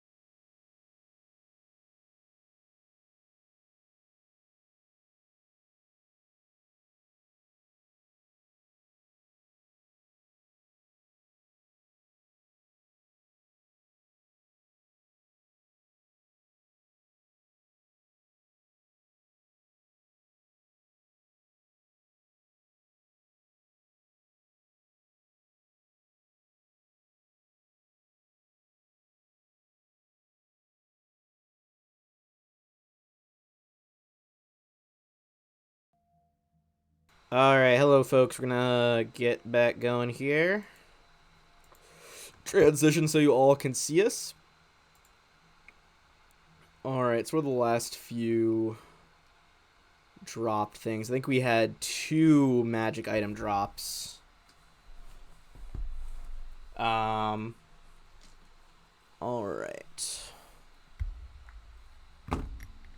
And is that arrow or that bow destroyed along with the golem? The bow was effectively part of the golem, but as you guys detect magic, you're going to find some hidden items, which are going to be our random items in the pillar itself. But you would also detect something in the pile of rubble that was the archer. One of its eyes. First of all, the left eye is a diamond worth 5,000 gold pieces. But the other eye, go ahead and give me a spellcraft check on that one.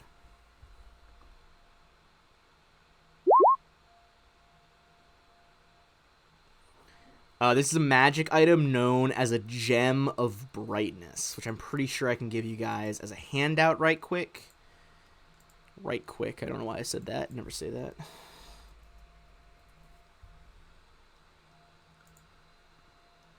Here you go. Magic item. So you guys can go through that. I'll leave it up if the stream wants to see what that's all about. And then I'll roll some stuff here. Okay. Okay. All right. Turgon, I believe it is your turn for the random item drop. Go ahead and give me a D12.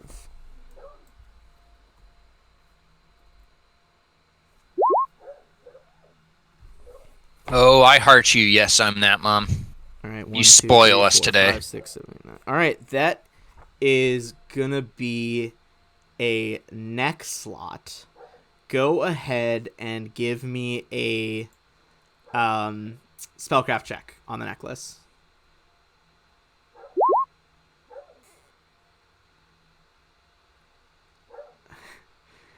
All right. You realize that this is a cursed necklace. At first glance, it appears to be a medallion of thoughts. Like in your mind, not THOTS, which gives you the ability to read others' thoughts as per the spell Detect Thoughts. This, however, is a medallion of thought projection. When you wear it, the user thinks she is picking up thoughts of others, all while peering what are really fragments created by the medallion themselves. So basically, you're getting fake intel on that cursed item. But you could always try to trick someone into buying it or offer someone a cursed item as a gift. So that is a cursed item drop, but you guys did suss it out because it's got to be fair. Yeah, with Turgon, we're never, ever going to not know it's cursed. Hey, there's a possibility. I can roll in that one. Yeah. That's Yeah, true. but then I'll just do it, and I'll have like 50% of what you have, which is still usually pretty good. Well, since you are already doing it as the Alpha Smash, why don't you give us a second one? Because this one is, let's see if this one's safe. All right, you got a 20, sorry, not the spellcraft check. Well, we'll use that as your spellcraft check for it, but give me another D12. 10, all right, give me a D100.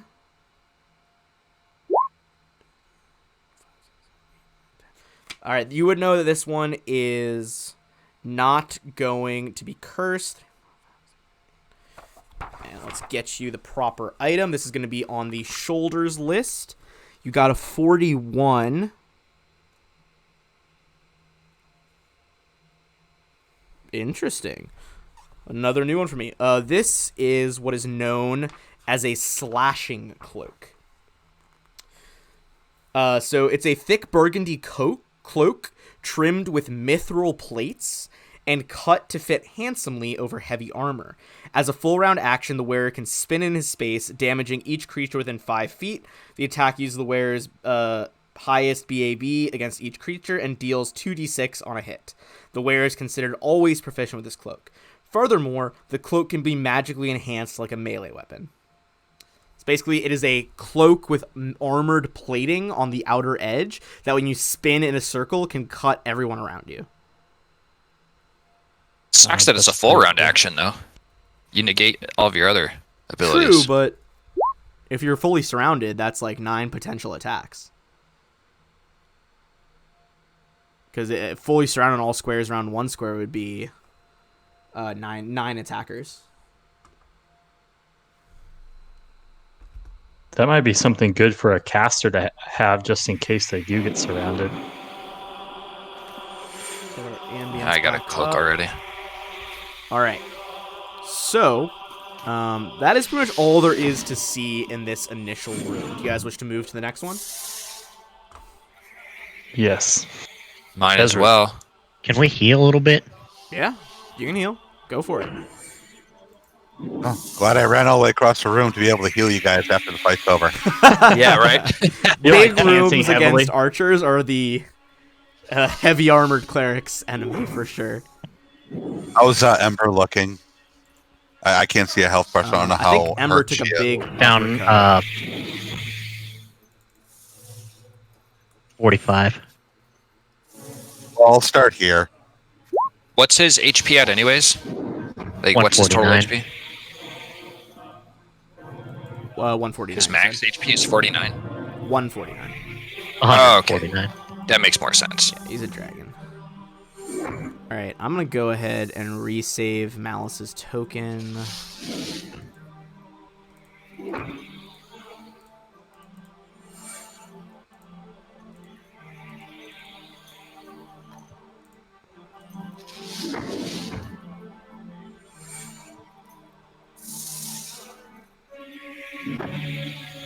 Does anyone else still need healing? Yeah, I think there was some people that still need healing yet, right? Yeah, who else got hit? Ezra and Malice. Yeah, everyone that got hit looks like they still need a little more. 1 I'm sec. good. I'm saving everyone's So is- tokens again so is so my that gal. you can see everyone's health bar. Looks like the only one you can't see right now. Oh, it's just the demon. I can fix that later. That's a little bit more complicated. Okay. So Adral throws out another channel for 23. That healing There, level second is one. off. There, 24. That should have everyone good.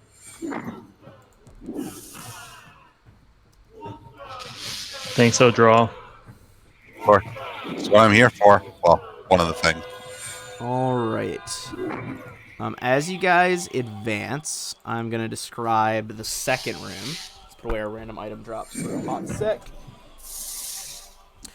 In this next room, there are 2 engraved circles in the ground. They surround larger runes in the center. The one to the east is red, while the other is blue. So that is this area down here. Give me a knowledge arcana check.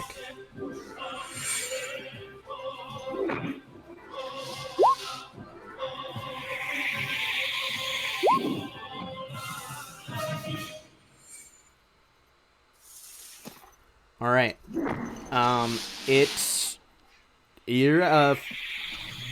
Cantham is not sure. Turgon, you realize that these are teleportation circles. And it Only see appears when I'm next to you, Ezra. the red one leads from somewhere else back to this room. The blue one goes somewhere else, though.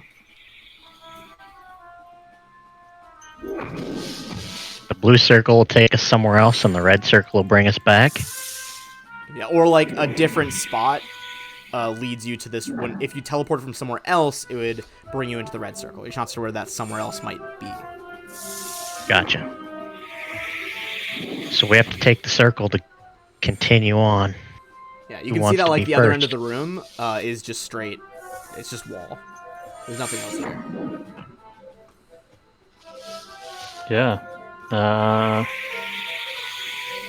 Ezra will step through it. Oh, yeah, I went through the last one.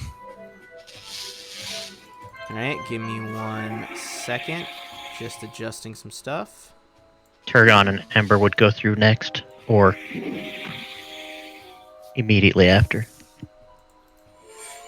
Alright, to make this simpler, I'm going to drag all of you guys at once into the next section of this dungeon.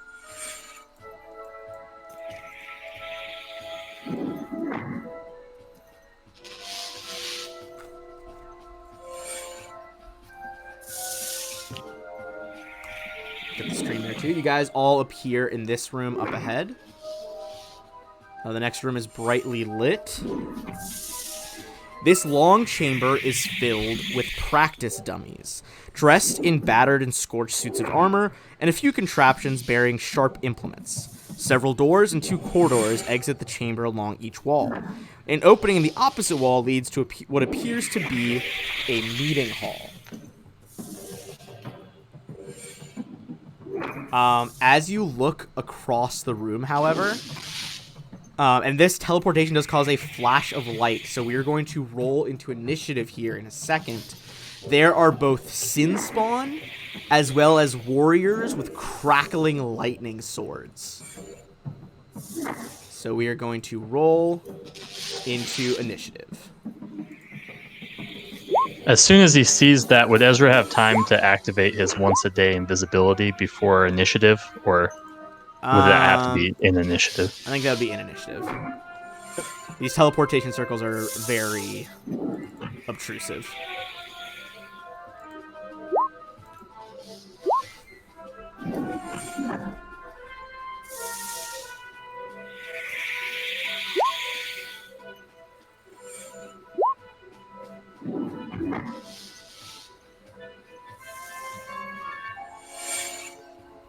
All right. Is everybody in?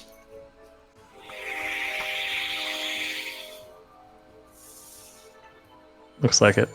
Okay. Let us Yep. do it. So this is our Warriors and Sin Spawn map. And we're going to get into our order here. All right, Ezra, you're up first. Ezra is going to turn invisible with his once-a-day ability that he got from his deal with the devil, and activate his gloves, and that'll be his turn. All right, activate your gloves, activate your invisibility. Both of those powers go off. And that is going to bring us to Ember.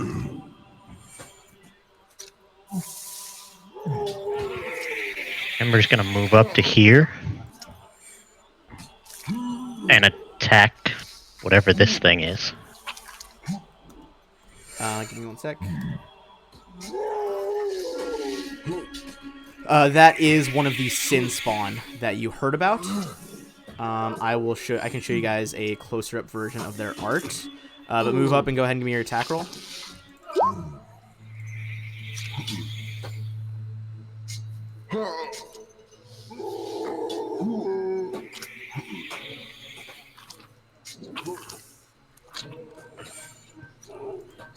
Although I will say these ones, they don't have the actual art for this handout. That's unfortunate. But these ones are actually, unlike that picture, they have battle axes and are armored in red Wrath armor.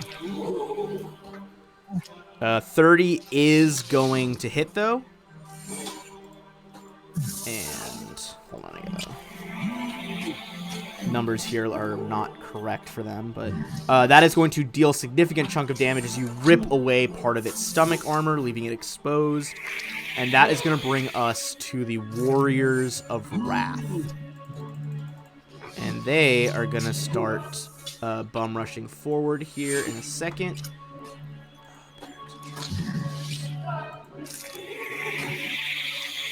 Apologies, the roll 21 has a bit of a different set of stats than what is actually in the book and the Hero Lab file. Okay, so they're all going to begin moving. Some of them who can. Let's see. Are they close enough? All 3 of these ones are going to charge Ember. So if you have an op attack, the first one that ran up is the one below you. And I don't think Ember has combat reflexes, so it'll be the one op attack on this one. All right, that is definitely going to be a hit, dealing 34. And as they all charge forward, oh, actually, let me move up the other guys while I'm doing this too.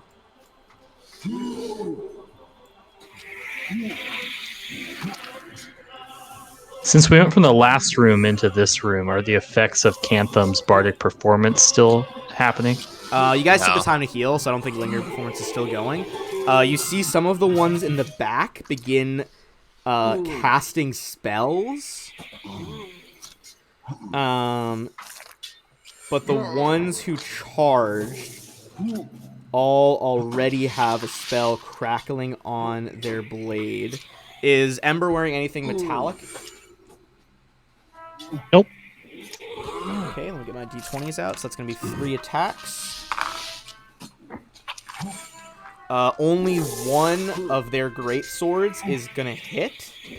From the great sword itself, you are going to take 10 damage. And then the lightning crackling around the great sword is going to go off. That's a dice. And you're going to take 18 lightning damage as Ember, as a shocking grasp attack hits you.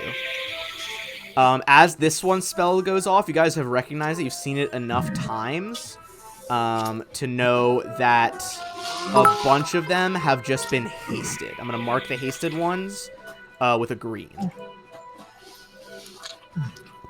And you can also see that some of them, who I'm going to mark with purple, have multiple copies of themselves. And one of these guys does. Okay.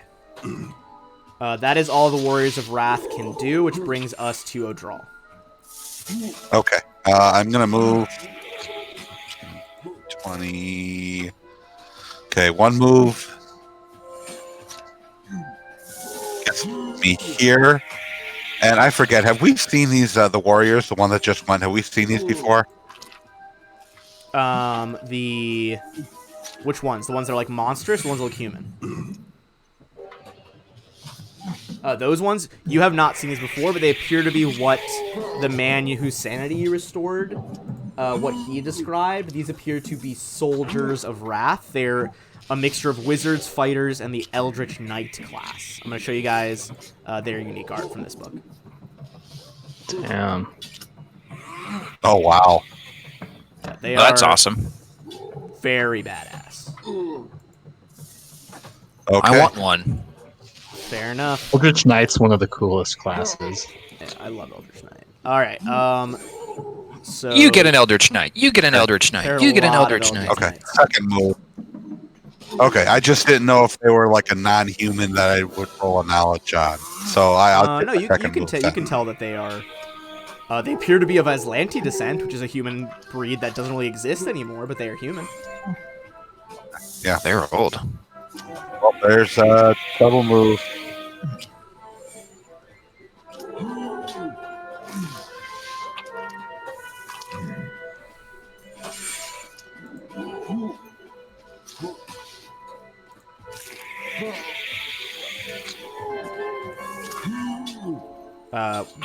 Wait, what are you doing? I double moved. Oh, you double moved. Sorry, I thought you were asking if they could double move. All right, Cantham, go for it, dude. Seeing where I'm at, I am going to just 5-foot step, one step over so I can get a better view down the hallway there to see these folks, and I am going to go ahead and cast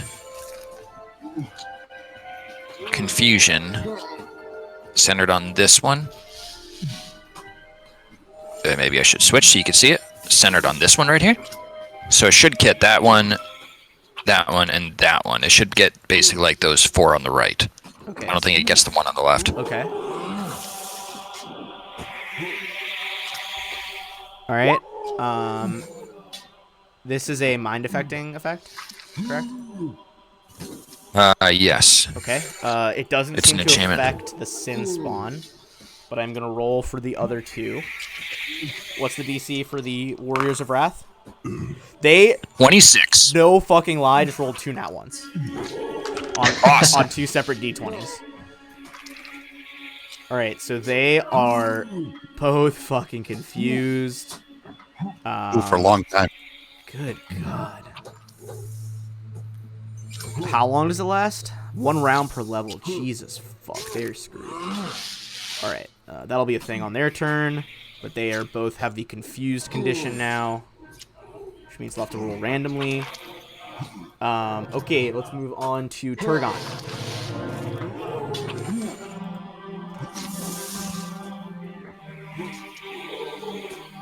So I'm gonna move over to here, and then I'm gonna drop a fireball, Oh no. and it's gonna hit Ember, but it's gonna hit the other 4 guys around Ember too. Okay. But What Ember's about immune. O'Draw? Nope, it won't hit He's O'Draw. gonna selective it around O'Draw, but it'll hit the 2 sin spawn. I don't think you can see him from their angle, but there is another sin spawn over here. Turgon, I don't know if you can see that guy. So that's 3 Warriors of Wrath and 2 sin spawn. Go ahead and give me 2 caster level checks against the sin spawn because they have resistance.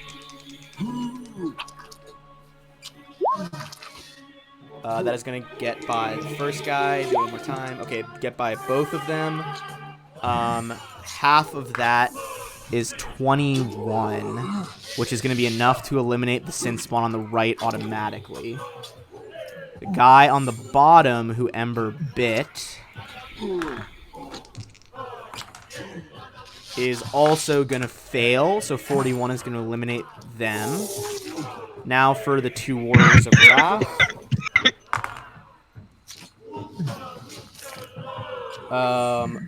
Top Warrior of Wrath near O'Draw is going to... oh, fuck, I forgot to mention that those guys were in range of haste, so that guy's hasted, but the other guy's not. One's going to pass, one's not. The hasted guy is the one passing, so he's going to take 20 damage, and the girl up top is going to take the 41, but she is still standing. Give me one last check. I forgot to do it for the 3rd sin spawn on the left. That is still going to get past spell resistance. So that's going to be... And they fail to save, so that's another 41 to them.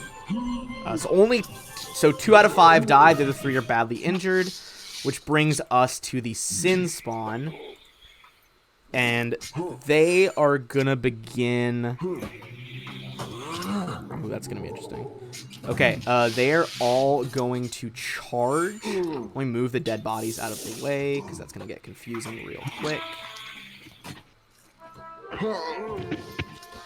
This guy on a double move can't even make it all the way. That guy can make it all the way, though. Ember hasn't gone again yet, so no op attacks.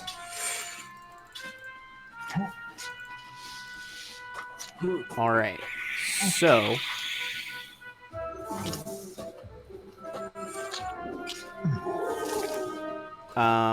they're all going to try and hit Ember with either a bite or a great axe. Let's say I'm going to split it down the middle. Oh, there's one more guy who's going to have to charge this way. 2 are going to bite, 2 are going to great axe. Go great axes first. 23 on the first one is a miss. 30 on the second one is going to be a hit. So that is going to be... Oh, I haven't gotten a roll of D12 in so many moons. All right, you are going to take 12 damage to Ember. Now, the other 2 are going to go in with bites. 1 is a nat 20, which does not confirm, but it is going to bite you for 3 damage, and I need you to make a will save.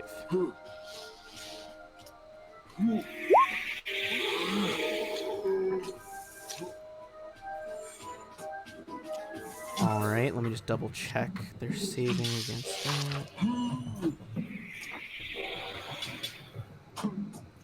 that.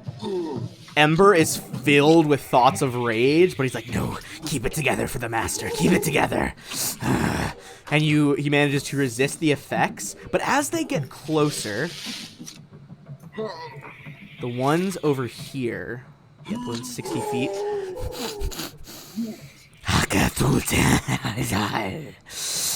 They begin talking in Aklo and Thessalonian, talking about how the blonde elf-looking one over there stinks of wrath.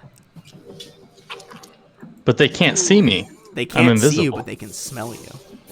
Oh, damn. They can smell sins. Malice's turn.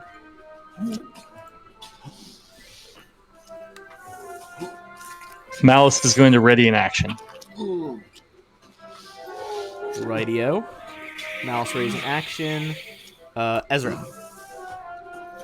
Ezra, with his gloves activated, is going to attack this one right here.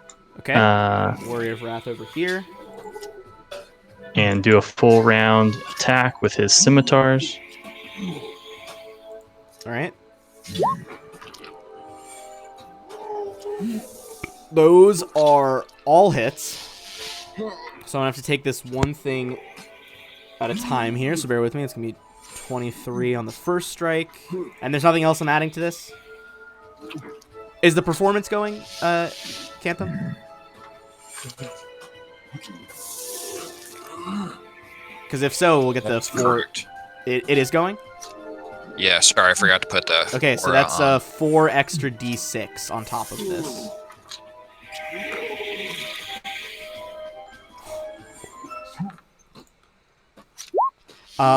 As these blades crackle with electricity, oh, I hit fire by accident, but with electricity as well as all these explosions of cacophonous sound, the first Warrior of Wrath is killed by this flurry of blades that have appeared through an extra-dimensional window. That brings us back to Ember the Dragon.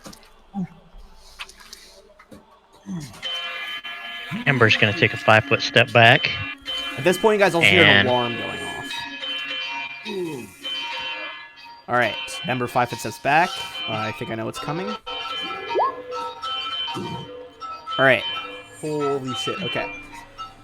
So, the shape of the cone, correct me if I'm wrong from your angle, is going to go the first 2 in front of you, then the 4 after that, and continually widening, right? Yeah, it's just going to get... I think it just gets the 4 guys right in front of me. What's the range of the Because cone? it's 40 feet. Okay, It doesn't so reach it the... would go roughly like... Yeah, okay, so it's just going to get the 4 in front. That's going to be 4 reflex saves against... Let's see, you got 1 warrior and 3 sin spawn in that blast. That's a d8, don't need to roll that.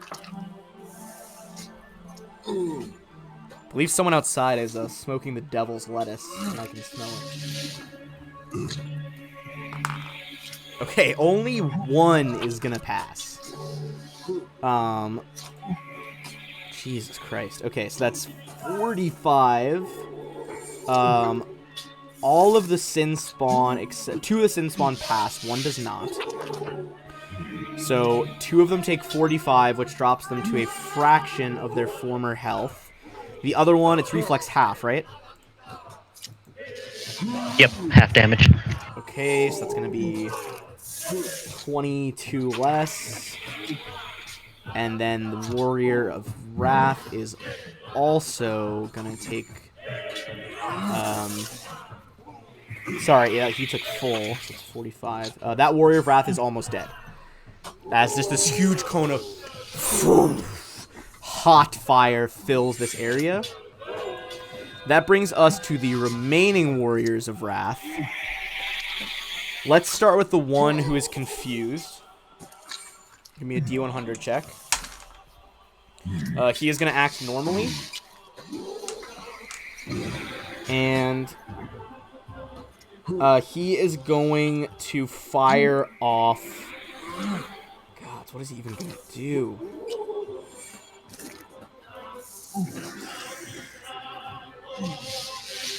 All right. He is going to actually buff him. No, well, he can move. He's hasted, so he's going to run around and make it to Ember. Ember, that would be an op attack.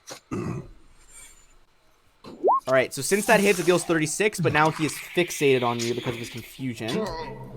But they are going to try and get another sword hit with the Great Sword with a shocking grasp on it. That was a potential crit because they have improved crit on them.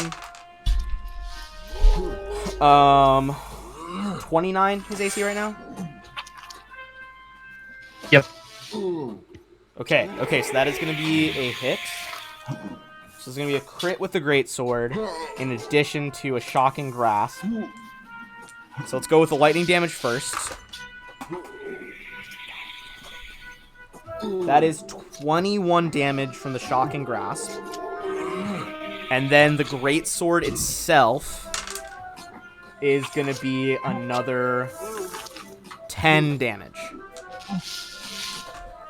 Alright, that is that one's turn. That brings us to the other one that is hasted but doesn't have doubles. Going to 5-foot step up.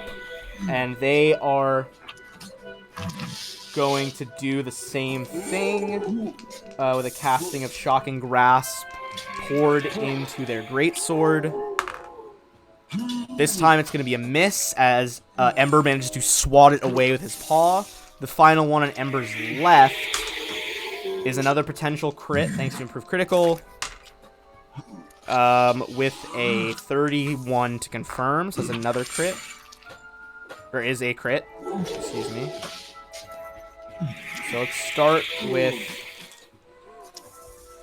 I gotta roll this in roll 20. It's gonna be too much math for me to do with dice.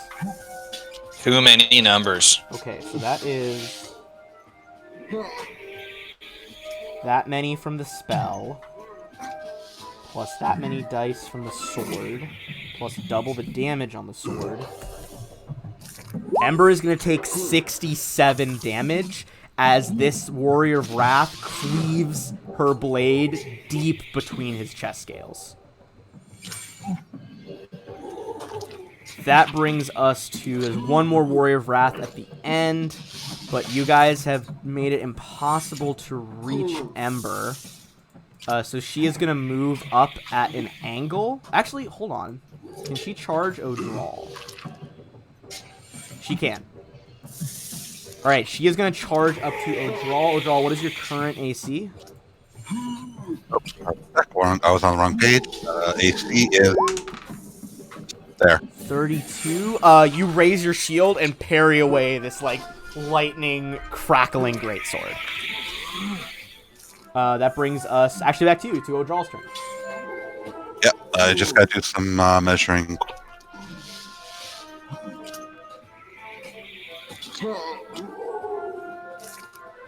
Be my guest. Be our guest.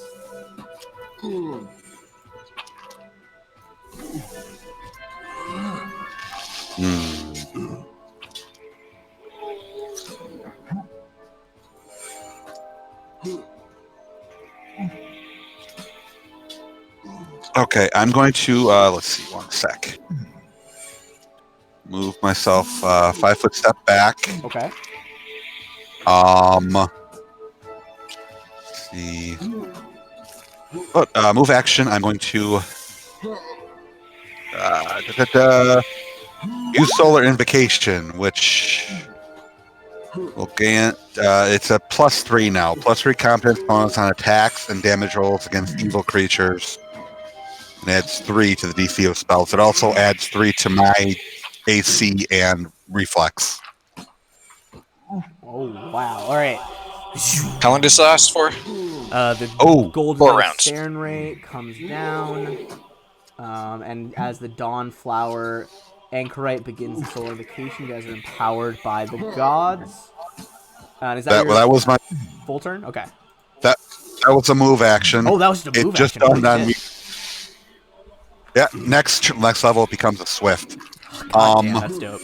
I just saw how utterly thrashed our dragon friend is. Oh, he's not doing great. One sec. Turgon, your buddy there is looking a little rough. 1 sec. Let me see what I need to use.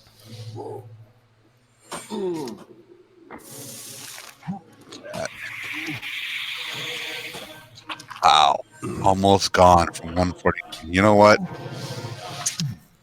This might be overkill, but how about this? Oh, baby. Dropping a powerful heal spell. Heals Ember for 140 hit points. Bringing you back up from 8 out of 149 to 148 out of 149. Insane use of a heal spell. That was epic. As you see that deep chest cut just sews back together almost of its own accord as golden light blazes along the wound. That brings us to Cantham the Bard, who is back in the teleportation room.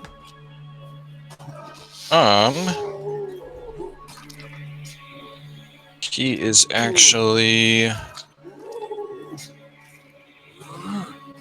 not a whole lot he's able to kind of play with right here, so he is just going to... He's going to hold his turn for right now. Okay, your turn. But continue the bardic performance. Okay, bar performance continues. That brings us to Turgon, who is also back in the teleportation room. Turgon doesn't look happy. Pulls out his other spell book, and he maximizes a fireball to hit every single one of them. Baby.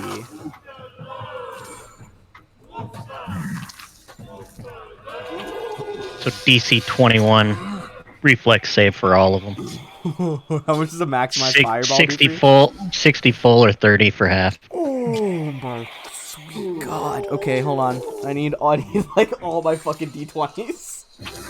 Okay, let's start out with... God, that's just gonna get everybody, isn't it? Alright, let's start out with the 5 Sin Spawn who are left. And it is a 21 reflex, you said? Yes, 21. Every single one fails. There is currently one badly singed Sin Spawn still alive. The others in their red armor, the red armor just totally begins to hit its melting point from this insane blast of heat that rockets out of your hand as you kind of like levitate the spellbook in front of you. Some of the fire now even seems like black as the flames of hell have started to influence you. Dark Knight is calling out a magic surge. Give me one of those as I get all the other rolls in. As you just fucking trash. Give me a D100 roll for Turgon as I just get rid of all these dead bodies you've accrued. My god.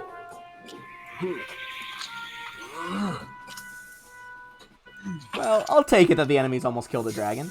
Alright, you got a 37. We're dealing with the dragon. Almost is never enough. Okay. True. Somewhere deep inside you, some part of good is existing. The gods want to nurture that seed. So this random magic surge infuses your hell flames with positive energy. Go ahead and give me a D8 roll. Alright, it's going to be 2 plus 16. Everyone that was a target of your spell heals for 16. That being said, that is still enough to drop those 4 Sin Spawn. They briefly heal. Like, their flesh starts to re-stitch in these flames, and then just burns away in this horrid stench of burned outsider. Alright, I'm gonna add that heal to the other fighters before I roll for the Soldiers of Wrath. And this is a 21 again, correct? Yep, 21 reflex. So many d20s. Okay, let's see. That's 4 fails. They are rolling trash right now in this room. 5 fails. Okay. So that is a full 60. The one that is confused and has multiple images of him. The mirror images do not even matter to your arcane might, as they are all equally burned away. That one is down. This one is down. This one is down. There is currently one remaining Warrior of Wrath and one remaining Sin Spawn, as the magical fire burns away these soldiers in the barracks of Wrath. Alright, that's going to bring us to our last Sin Spawn. Malice is ready to action really quick. Oh, yep, go off. and, You're ready? She's going to do a squeeze right in front of O'Draw and I'm gonna make a attack little squish. Little this one. squish. Little squeeze. Alright, so that's a -4 to hit on whatever these rolls are. Yep. So we'll just do that manually here. Oh, but I guess you could have squeezed this. Sorry, hold on. Oh my god, I cannot squeeze. You could have squeezed sideways, so yeah, you can make that a charge. So you're like that. So -4 brings down. These are all hits, except nope, they are all hits. As Malice just sprints forward, squeezes herself, like it kind of bumps into the back shoulder, knocking O'Draw a little bit off balance, and just tears the remaining Ancient Azalanti warrior to shreds. And was that held from the previous turn?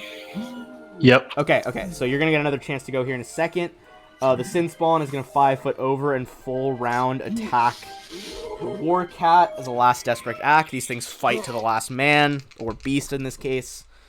Alright, Great Axe swing number 1. That is gonna be a 29. That hits. Okay, you are gonna take... Where my D12 go? There it is. 8 damage. Great Axe swing number 2 is a 13. I'm pretty sure that misses. Yep. And bite attack is a miss as well, as it tries to, like, it has those expanded jaws that splay out, kind of like a Halo Elite, and they try to sink into the armored body of your War Cat and just can't penetrate that, like, natural armored shell. That brings us back to Malice. Yeah, Malice is just gonna retaliate with a full round attack. And I was keeping track of the squeezing penalties there. Even with the -AC, it still didn't hit anything. Once again, you shred apart another enemy. This time you fully claw off one of the arms and then bite the head off the remaining Sin Spawn. In this case, he is a Wrath Spawn, as he has been spawned of the Sin of Wrath. And with that, we are going to go out of combat as the barracks are cleared. Good job, you guys. Like playing with the head now. And Ezra says, "Good kitty." Jesus Christ. Well, look over my shoulder, Turgon, and say, "Wow, I'm really glad you're not mad at us." I appreciate you healing Ember like that. That really means something. He's an ally. You've been a friend for a long time. Okay, He everyone is an ally is going to get... for now. Ember's like, Master, I've made friends. Truly a momentous day. Oh, question. Your fireball, did any of those turn any of those enemies to ash? Maybe like one of them was Ash. 'Cause I believe in Wrath, we needed something that was ash. Any ashes from anything in the Hall of Wrath. You did indeed. Yeah, you can definitely collect a bunch of scrapings of ash off of these badly burned enemies. Alright, in case anyone didn't hear that, everyone's going to get 9,600 XP. And I am going to drop the loot in the Discord chat, just because there's a lot. That works perfect. I'll go through and add all that later. I mean, it's not like we really need any of it. We can sell or do anything with it, but Very true. I'll take care of that later. All right, if there's any healing to be had, go ahead and strike that.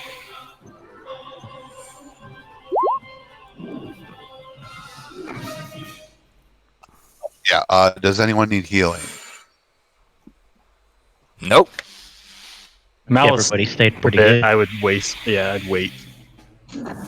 Okay. Oh, one sec. I might be able to use a Cure Light, which is a level 1 spell, which doesn't really hurt anything.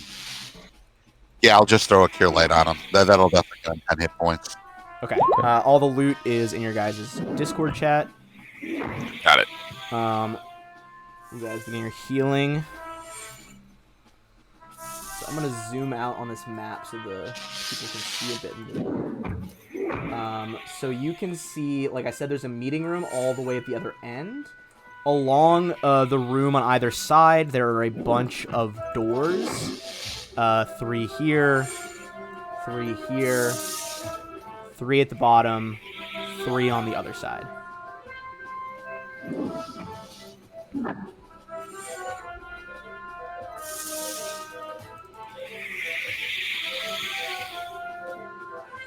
Do we want to start checking doors? Yeah, let's. We've been doing clockwise, so we should just the same pattern up. That works for me. I'll go to the second door with Ember. All right. I'm going to save you guys some time. As you begin discovering all these doors, it appears that these are barracks for all these people. They clearly spend their lives training here. But there is not much to be had in the way of loot. However, as you examine the doors, you see that up ahead the hallway diverges to either side, and there are more teleportation circles to the left and the right. Bless me. This is turning out to be one of my least favorite dungeons in Diablo. We checked the meeting room. Yeah, you can check the meeting room. Yeah, give me a perception check in there. Could we unsqueeze Malice as well when we Yes, get there? I will make him not squish. Alright, let's get a full-size Malice in there. There we go. Okay, so you guys head down into the meeting room. Okay, got perception checks. First things first. There is significant evidence that the woman you were warned about, High Lady Athroxis, is alive and well, as there are fresh tri-pointed burn marks around here, and you know that she wields a burning ranseur, which again is like one of those tridents where it's like the middle is a spear, and instead of the 2 sides being prongs, the 2 sides are like blades that make up the rest of the trident. And these look very recent, so likely, you know, she was here lecturing her soldiers very quickly before here. As you guys get those high perception checks as well, you find a tossed, folded pamphlet, journal entry in the corner, and you realize it is a breeding schedule. These soldiers, unlike the other rooms, are not being sustained indefinitely, and High Lady Athraxis has been breeding them in programs for years. She breeds them. They're allowed to breed from the age of 24 to 44, at which point they are sent to something called the Flesh Forges and transformed into Sinspawn. This way she assures herself a ready supply of soldiers.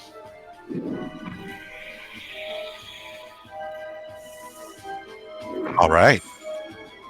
Just in case you need any more further indication that this woman is exceptionally evil. We're not too picky. Evil is not a word that really bothers. I feel like bothers our group at all. It's not. Evil doesn't really mean anything. We got a chaotic evil red dragon. We got an alu demon. 2 people made. I'm pretty sure they're evil. They made deals with a devil or demon, one of the 2. So, evil is relative. At least chaotic neutral. We don't judge. Everybody's redeemable, right? Yeah, that'll be a. If it was, that other red dragon would have been alive. Very true. Yeah, it's a redeemable thing. That's sort of one of the Dawnflower's calling points. That's true. The Dawnflower is a big advocate of redemption. So you guys can And kind of neither- searched this out. What are you going to say? Sorry, I interrupted you, Adriel. I was going to say none of the other evil or suspected evil members of the party have done anything to warrant me looking anything askance at them yet. Fair enough. No, because we've been getting bad guys. That's what I'm saying. If they're on our team, evil's relative. Exactly. All right. We're evil to all these guys that we're murdering. The cleric not convinced by this argument. Not a big believer in moral relative. All right. So you guys have either side another set of teleporters, and that's about all that's left in these rooms. So you got teleporters on the right, teleporters on the left. Pick a poison. Again, it seems once more like the blue teleportation circles go somewhere new. Red will return you to this room. Well, I say we do this one over here first, and then we'll do the one across the way before we return to the other extra dimensional space we were in. Okay. You guys go. I'm gonna gather you all up in the center here, so that I can drop you again.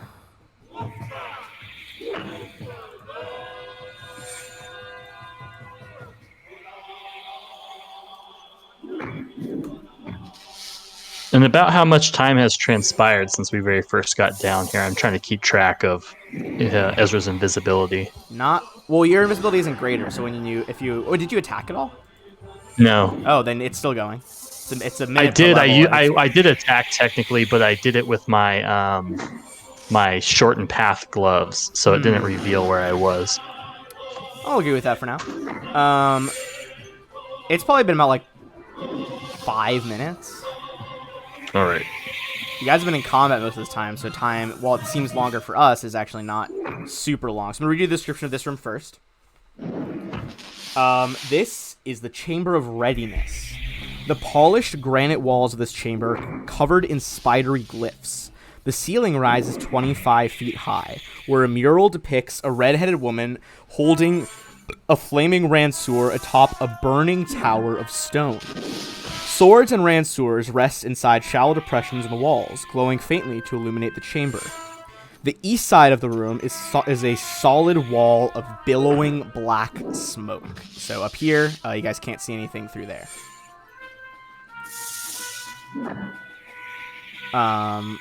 There's not actually a block there, so don't move over there yet, but you can't see through that billowing wall of smoke. You can make a knowledge arcana check to examine this room.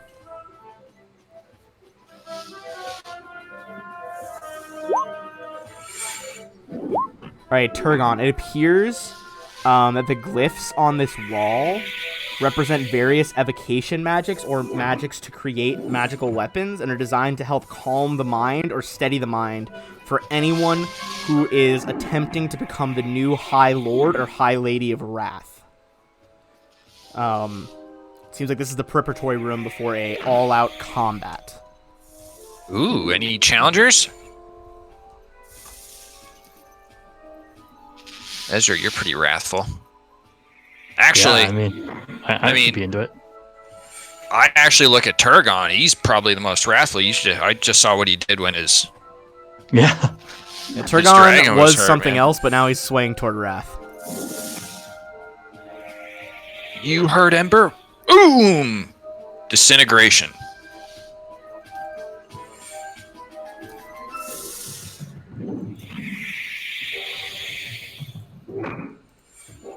This room seems very ominous, like we're getting close to maybe a big fight.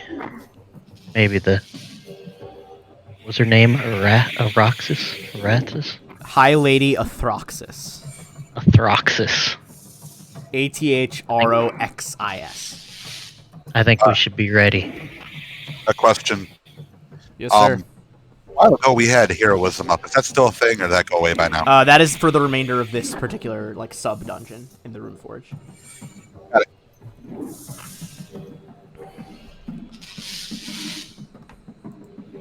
Thank you. No worries.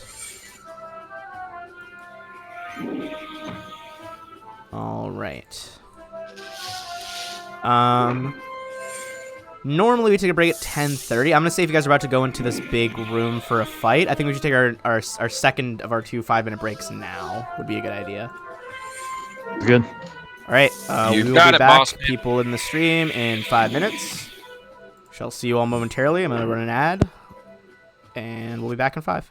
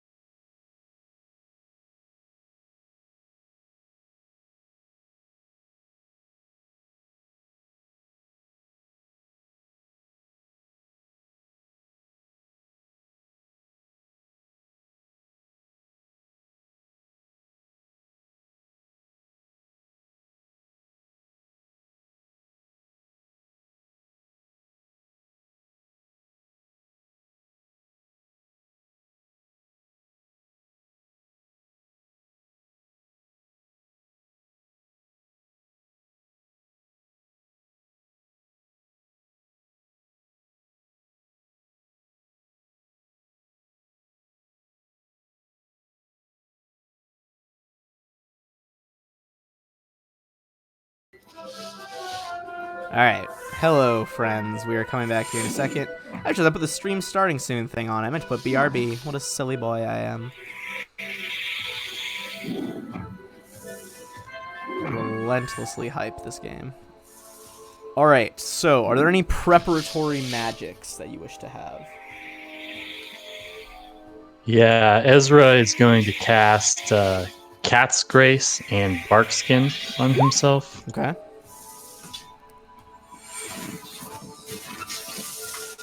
As well as Barkskin on Malice.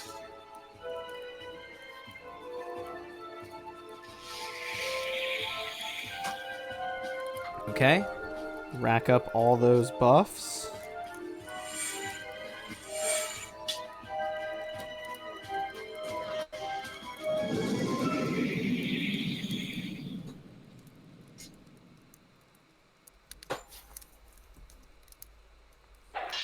Well, if we had an hour, I could do a hero's feast, but I don't think we have. Yeah, I don't know if you have an hour. I think that would expire the other buffs. I'm gonna cast spell turning on myself. Okay. Cast spell turning. What was I about to do? Oh, yes, I know what I was about to do. Seeing everyone kind of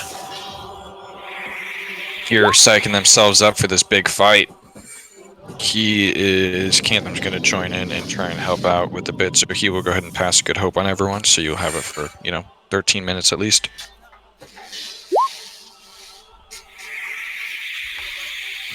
And heroism is not active still, right? Yes, it is. Okay. Heroism And what about active. Odral's Solar Invocation? How long does that last?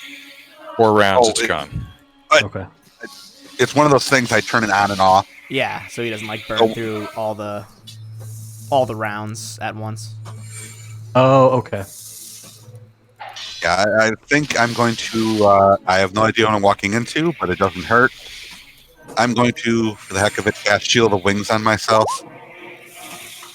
The fire resistance is a bonus, but the movement speed, from what I've noticed in other places, might be useful. And then I will, I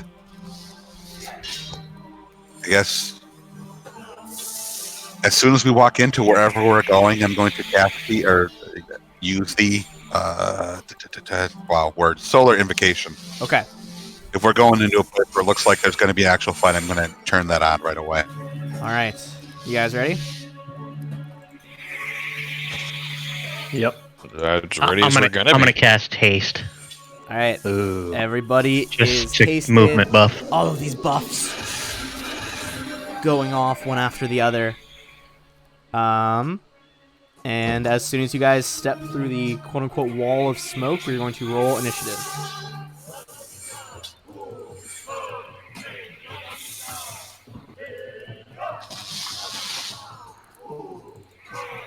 Whenever you guys are ready. All right.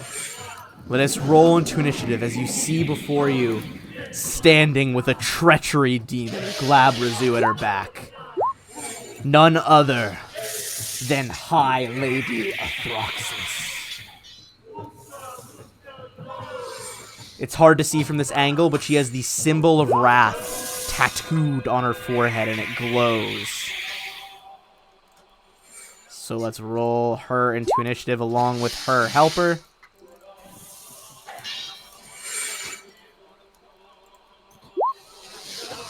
Oh man, her helper, huh? Wow. You were gone when we fought a couple of them already. Yeah, there was 2 Glabrazoos in the other thing. Oh, yeah, that thing was nasty when they trapped us between them. Oh, they're brutal. They're brutal creatures. All right. Oh, hold on a second. Ember, Turgon are both in. Oh, hold on. I can Question. load poorly for initiative. Is that everybody? I think that's everybody. All right. So, first up is going to be Ezra Lightfoot and his animal companion. What would you like to do? Okay, Ezra is going to, while still invisible for another minute, is going to walk up this pillar here with his spider climb boots about 15 feet and with his gloves, make an attack. Yeah, I'll say you got the solar invocation off, Odrel. Also, okay, you go with your gloves. As you're rolling for your gloves, I'm going to describe this room to you now that you guys are past the smoke. A wide avenue flanked by crimson stone pillars runs down the center of this chamber. The ceiling arches 60 feet above, and instead of stone, seems to be made of fire. At the center of the room, a huge 7-pointed star made of silver is engraved into the floor, surrounded by a circle of low-burning flames, just like my necklace. Alright. For some reason, it didn't do the damage there. Yeah, that was weird. I don't know why that macro was thrown off. Yeah. Here, let me roll it here.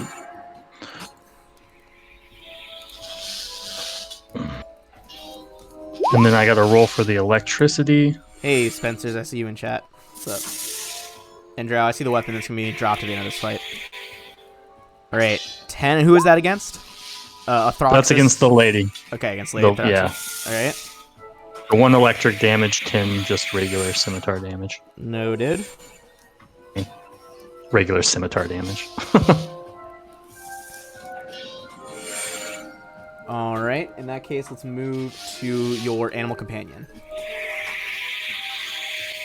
Charge and pounce Okay. Thraxis with a full round attack.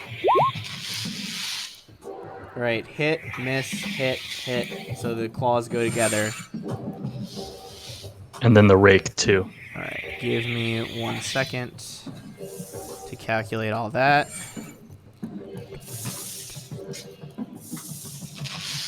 Okay. She is big.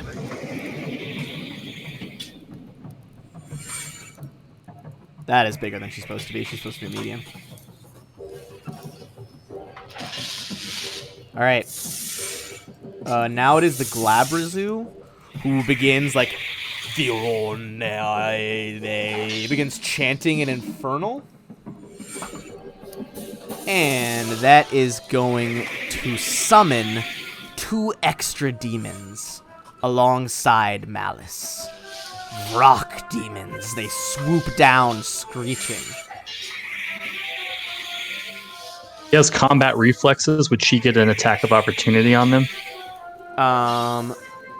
Well, actually, they are...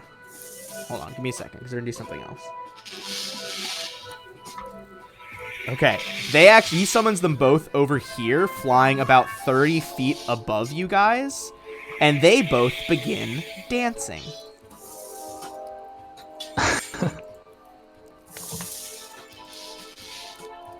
Would I know anything about what this means? You can check on your turn. And then the Glabrazu is going to take a move action to advance directly behind his master to try to protect her sides from flanking. Now we come to High Lady Athroxis.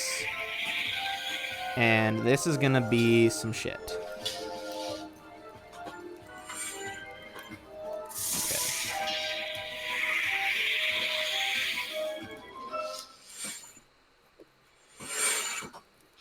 Alright, and then she is going to focus a maximized spell.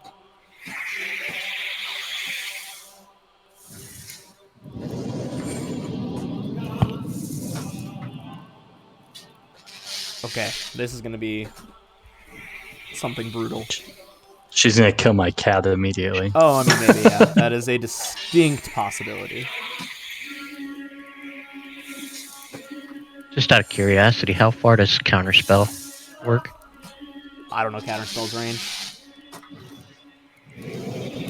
I'm guessing it's 30 feet, but I'm gonna check. I think it is a short range spell, so 25 plus 5 feet per level.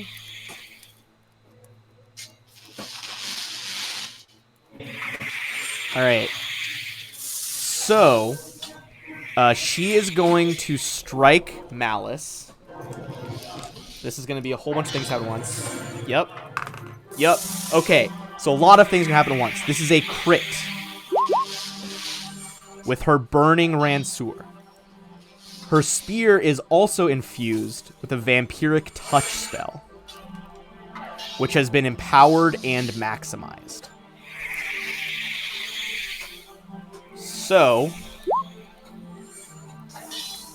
I believe Malice is going to die as it stabs into Malice.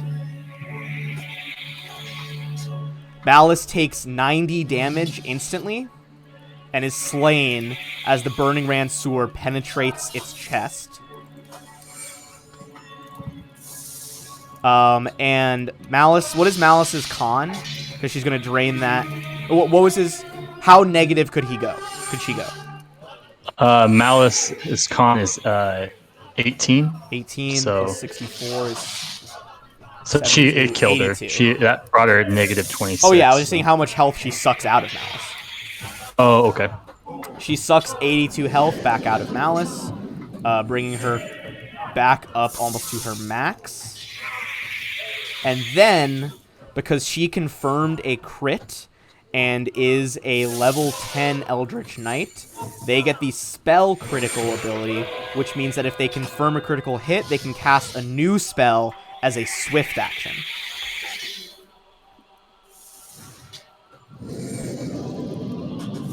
And...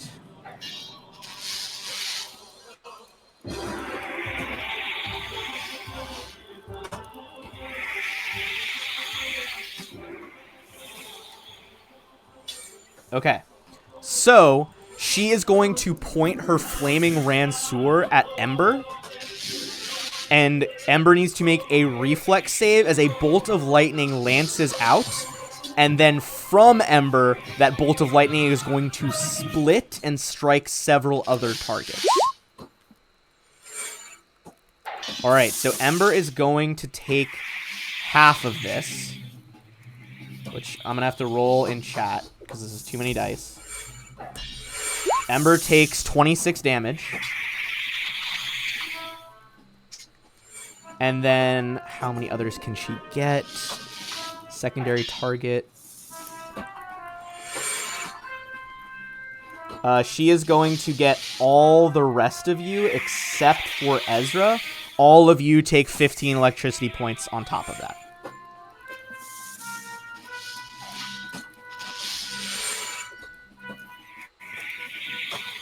And with that... Can you roll a D100? A D100? Spell turning. Oh, yes. Okay. Let me grab 2 D100s really quick.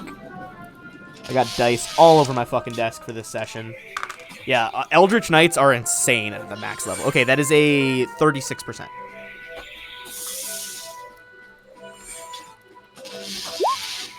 Okay,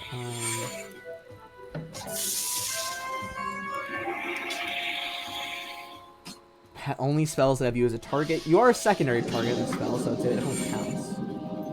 I don't think it counts. Let's see. So I take the full damage. Doesn't help. Yeah, you take 15. From the secondary bolts of lightning. That is all of High Lady Athroxus's shenanigans for this turn. Turgon.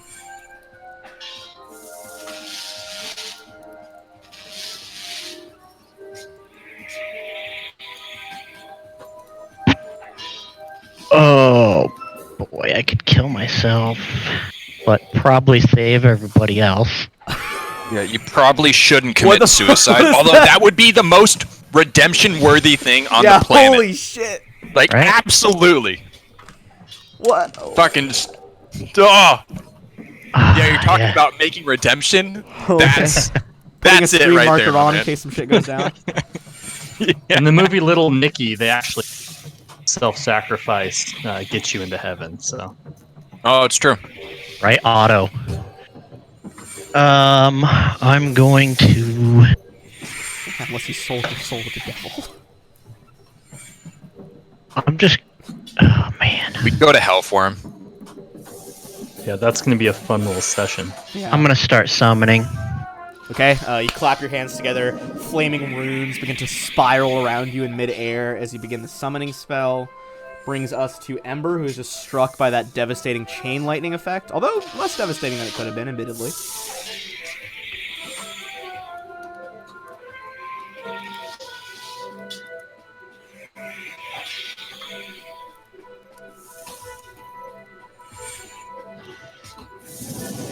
gonna fly to there, and he'll unleash a fire breath. All right.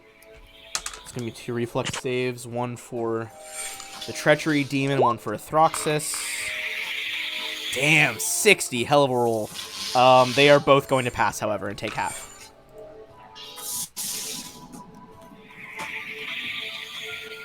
All right, but that is still 30 damage, so 60 across the board. Oh, was I ever able to make a check to see what these stupid dancing things are doing? Yeah, go ahead. Give me that'll be a knowledge planes check. This is a Vrock demon. Now, they have a few special abilities, apart from being like these crow-like demons. One is that they can release spores from themselves, which they haven't done yet, but probably will soon. That can harm people below them. They can screech to try to stun people, which they haven't done yet. But as a full round action, they can begin dancing. At the end of 3 rounds, 18 seconds is what you've read in the books. This will cause a explosion of lightning around them. If there is more than 1 Vrock dancing, the explosion is increased. So basically, they're getting ready to unleash like an explosion of lightning on you guys. Get away from the Varrox. They're about to. You would know the range Lightning. is 100 feet. Oh my. Yeah, which for now actually puts the enemies in the range too.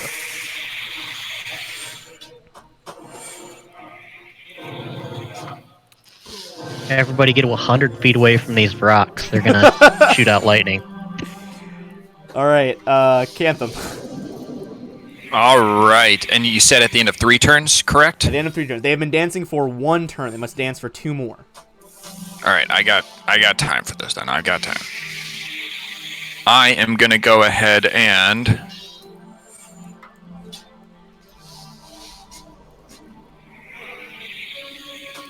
how much fun do I want to have here? Actually, you know what? We'll start off with my main squeeze. Okay. Yep. I'm gonna have Ariala go ahead and attack that Vrock closest to us. All right, she flies up to the Vrock. Go ahead and give me your attack rolls. Or I guess 1, because you had to fly to her. Or it. Vrocks aren't very gendered, to be honest. The attack at.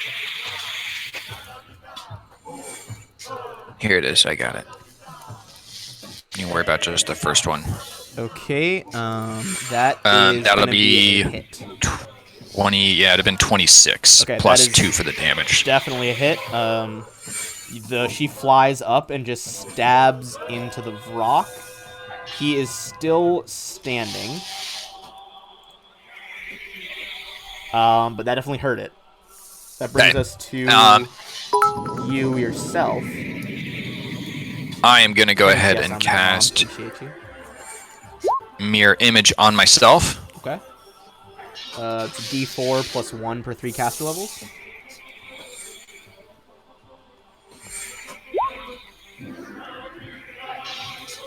So 3 plus 4, that's 7 images, which is 1 below the max of 8. So there are 7 mirror images of you in your same square. So if anyone wants to attack with a melee attack, it needs to be against a D8. And then you are Inspiring Courage as well. Inspire Courage, yep, and those within 30 feet. Let me get that aura up so we all see it. Those within 30 feet will get the Discordant Voice. Right, the Discordant Voice stuff, gotcha. And that is going to move us to Odral.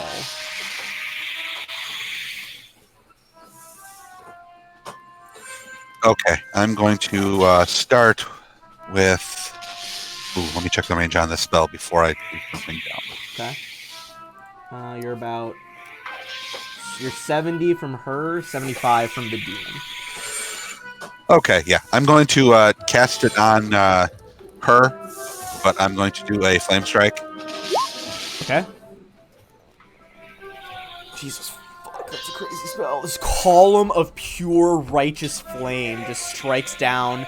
You literally, like, the flaming ceiling, you call down a section of it to slam into her, dealing holy and fire damage. She's going to make a reflex save. That is a 17, so that is going to be a fail. And despite her fiery characteristics, she does not have any resistance to fire, so she takes the full 52. Okay. Nice. Then I'm going to, because I'm flying, I can move much faster than I could before. Correct. I move up here. Okay, you fly into the room next to one of the other columns, which brings us to Ezra. All right, Ezra, seeing what just happened, is going to mark Thraxis as his quarry and is going to take a 5-foot step. Oop, other mouse. Is going to take a 5-foot step to the north side of the pillar, remaining invisible, and is going to full round attack. And with this, the crit doesn't need to confirm because she's the quarry now. So hopefully we get a crit. There's one crit. And then a hit, miss, hit. So a crit and 2 hits. Let me math out how much damage it's going to be.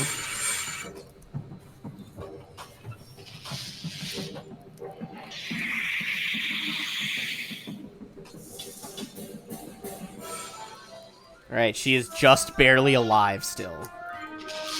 That brings us to the Glabrazu, who is gonna attempt... What is he gonna attempt?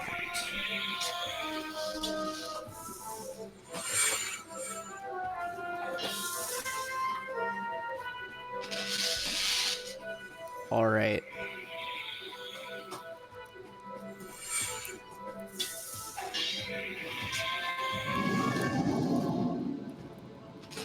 Alright, so he is going to use a once per day wish. As Lady Thraxis says, Glabrazu, restore me!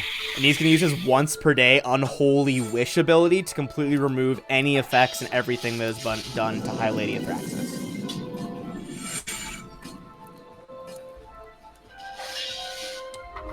So basically casts a wish spell. Can I insert a question real quick here? Yep. Did you roll a deck save on the Glabrazu, also from the Flame Strike? No, what's the radius on Flame Strike? I for some reason. 10 foot. Oh wow, fuck yeah, he's in it then.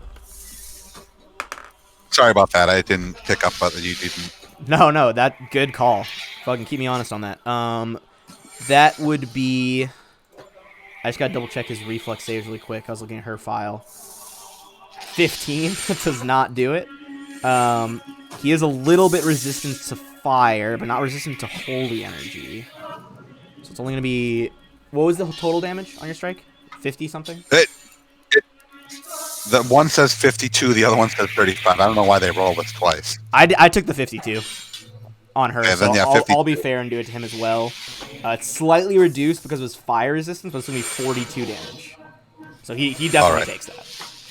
Okay, now it is thank you. her turn. Okay.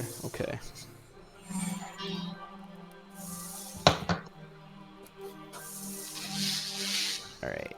This might be the highest level spell anyone has cast on you yet.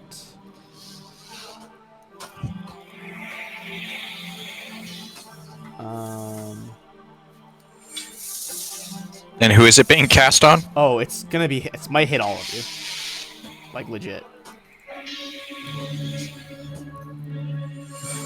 Okay. She is gonna move.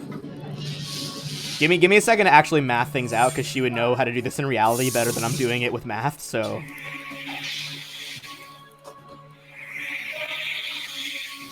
Alright, she is gonna move to there, which is within, I believe, Ember has 10-foot reach, correct? Or 5 foot? Is that Ember 5 has feet? 5 foot. That is 5 feet. Okay. So she's going to cast defensively. That is going to be a success. Can I see her from where I'm at? Let's draw an arrow. Oh, wait, hold on. I still need to look up counterspell. She is 60 feet from me right now, but I think you got an angle on her.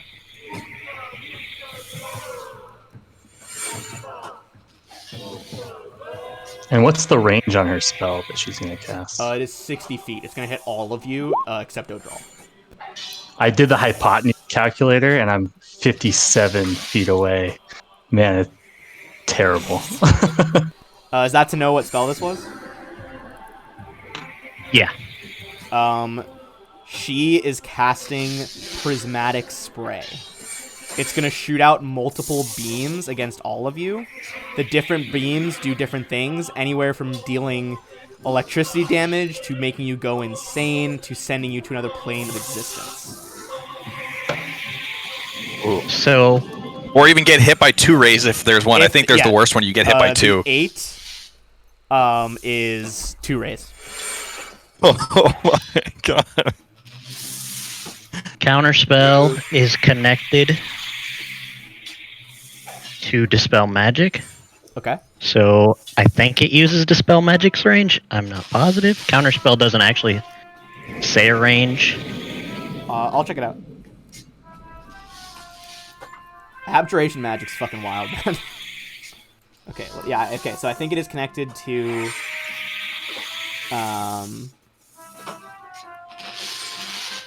Dispel Magic. What's Dispel Magic's range?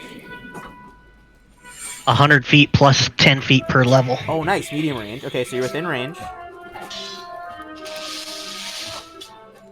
Okay, so you can use it as a counter spell when it's within range.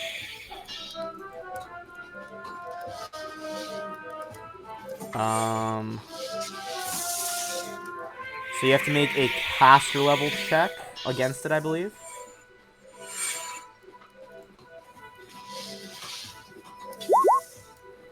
Ooh, baby. 20. Oh my gosh. Fucking nat 20. Alright, calm down. An ad just started playing on my computer. Fucking nat 20. She puts out this beam of multicolored light. It begins to launch towards all of you. Turgon claps his hands. Does this dismiss your summoning effect, though? Because it's going to break your concentration. It's worth it, I'm just wondering. But you hold out your hands, and all this multicolored light arcs into a rainbow into the palm of your hand, completely banishing this level 7 spell. As she just snarls, and Thessalonian's like, "You disgusting! Ugh! No!" Alright. I think give me a concentration check, Turgon, so you can get that summoning spell off as you did the counter as well. That is going to be a success. What are you summoning and where the fuck is it appearing? And please tell me if I have a token. T-Rex right behind her. Okay, T-Rex behind her. Oh, where was the one I used last time? Why is that T-Rex dead? I don't want a fucking dead T-Rex. There's a T-Rex. Okay, how big is the T-Rex? What size? Gargantuan. Okay, so that is 4 by 4.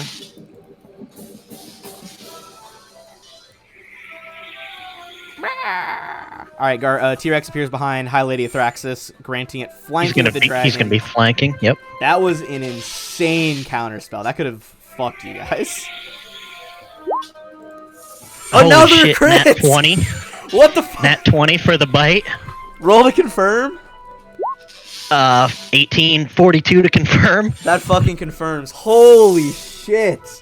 What an MVP turn. Turgon. Remember I'm when just gonna Turgon go was in the planning waiting on room. Let me killing know when you're done, himself? Turgon. Remember when in-game Turgon was thinking about killing himself for this fight a mere, 18 seconds ago in character? Jesus fuck. If she hadn't been healed by that wish spell, she would be dead right now. like, from above, the dinosaur's mouth just closes around, like, her whole upper body, partially crushing her armor.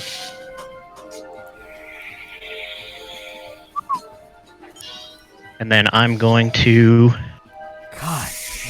do what I was gonna do when I said I was possibly gonna die. Okay. But I feel more comfortable doing it now. God damn it. Alright, what's your plan? I'm gonna dimensional slide to there. Jesus fuck. I'm gonna cast anti-magic field, which is gonna make her armor regular, her weapon regular. Is there a save on her items? Let me check. I have it in my. You take out this pinch of, like, powdered iron filings, throw it up around you as the material component, and boom! A bright red glyph in Infernal blazes over your head because of your deal with the Pit Fiend. It is the infernal symbol of abjuration magic. And... okay... how does it affect magic items?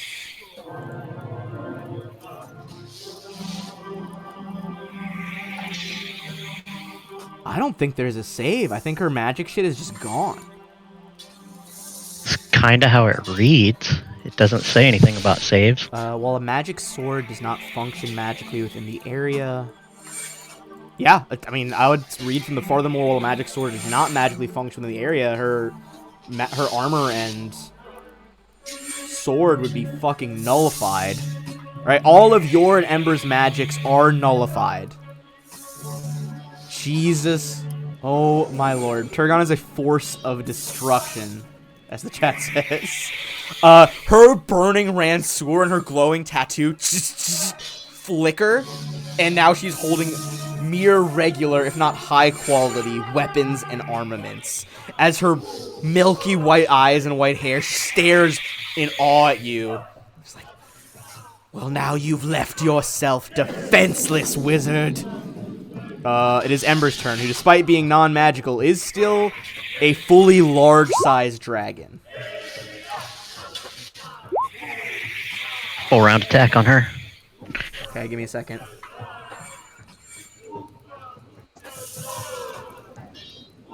Because you have nullified her Amulet of Natural Armor, her +4 Mithril Breastplate. That bite attack, first of all, that is the third fucking nat 20 you've gotten. Which is like, I guess they weren't rolled back-to-back, but back-to-back, that's a 1 in 6,000 chance. So that crit goes off because of the anti-magic field, initially dealing 76 bludgeoning, piercing, slashing damage to her. And then... how does Ember rip High Lady Athraxis apart? He's gonna go in, grab her legs, shake her, flip her up, and then bite off her head while she comes down. Fucking insane.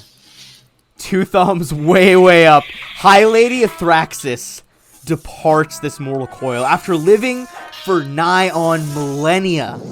And as she does, the Mark of Wrath, a 20th level caster effect, is going to be transferred to Ember the Dragon, as he now becomes High Lord Ember, the Lord of the Chambers of Wrath. Oh boy. A burning symbol of wrath, which, just so you guys know, is like it's like a twinned set of pronged horns and fangs appears on his head. This also gives him the ability to, once per day, cause a fire shield effect, caster level 15, to appear on him. Which does not really matter because he's a fireproof dragon, but he is now High Lord Ember.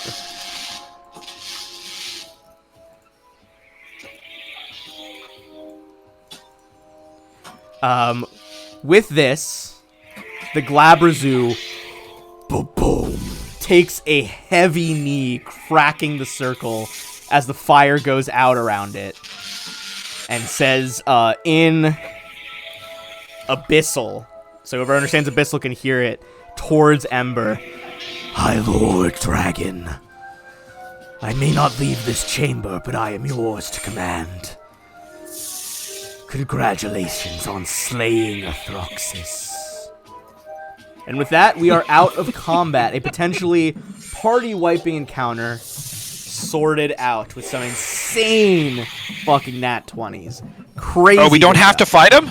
No, he submits to the new High Lord. And as a result, he dismisses the Vrox, who go back to the Abyss without dancing. Well, they kind of just circle for a little bit longer. High Lord Ember is sure that his new servant is telling the truth with a 32. But you did still technically defeat him, so that is going to add his XP to the XP pool of this encounter, which means everyone is going to get 19,200 XP. Fucking ridiculous. That was insane. That was a lot of lucky rolls. Was disgusting. I mean, I was describing those like hell symbols around you. I imagine like the way the luck manifested in game world. Your pit fiend is like down in hell right now. It's like, yes, let the fires consume the pair of them. And with all that, you guys get a ton of shit going on. I am gonna go ahead and one last picture of High Lady Athraxis, because man, she's fucking cool. And while you guys enjoy that, I'm gonna drop her combat gear, which is a shit ton of stuff, as a picture. It's in the still Discord valid. chat. Oh yeah, I mean, anti-magic field is not permanent. Once he like walks away from her. Yeah, I dismiss it, and then her brand source starts flaming back up. Yeah, all of her shit would still be going.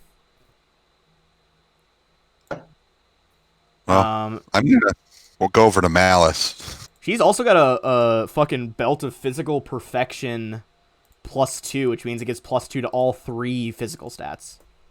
Oh, dang. Alright, I dropped that loot in there for you guys to sort out later, but that was an insane fight, and not only that, Drow did earlier, they dropped another random magic item. I think, honestly, I know you just did the last one, but I feel like Turgon deserves the role. So if you would like Turgon, go ahead and give me a D12. Jesus Christ, you definitely earned that. Alright, that is going to be a shoulder slot. Go ahead and give me a D100. So you guys unlock a crazy-ass cloak.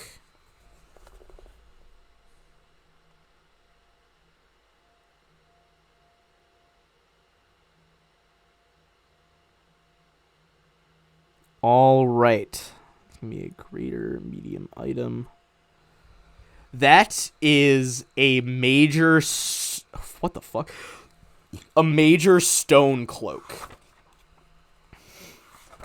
Now, I will tell you exactly what that does in just a moment. This mottled gray cloak looks like granite or some other light gray stone. The wearer can pull a minor stone cloak. Oh, wait, this is minor. I need major. That's not actually in the book. Give me one sec. I will pull it up in roll 20. Not roll 20. Whatever it's called. Hero Lab.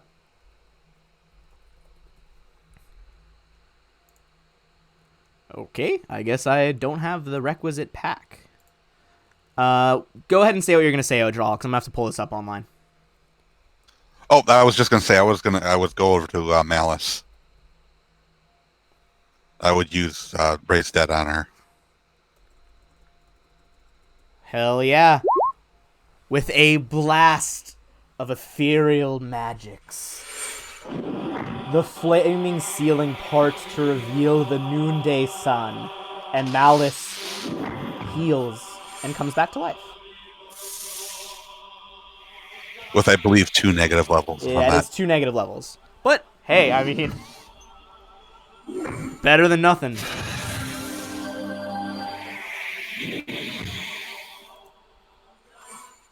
Alright.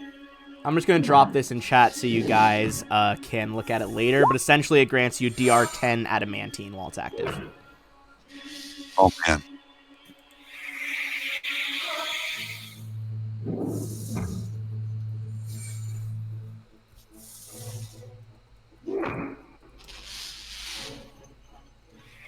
I don't know about anyone else, but I would definitely put in on rolling on that the physical perfection belt. I think you should take it. Alright. Sounds like it's yours. No one objects. So that's it. That is a +2 to con, +2 to dex, +2 to strength. But what it doesn't stack with whatever belt you currently have, but it's probably still worth it. As belts of physical So yeah, I have a perfection belt mighty on +2, so it, Oh, yeah, that's a very powerful upgrade. I think that's like, your one's worth 4,000, and I want to say hers is worth like, oh god, something stupid, like 50,000. Oh, no, okay, it's 16,000, but that's still a significant factor above the current worth.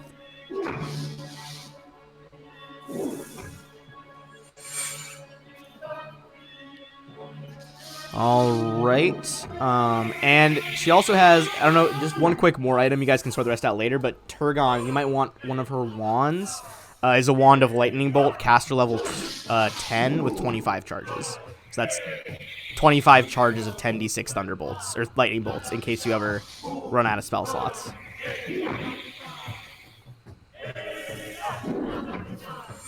All right. Fucking hell yeah. That was absolutely wild. Can I check out her Ransor? Yeah, check out our answer. Give me a spellcraft check.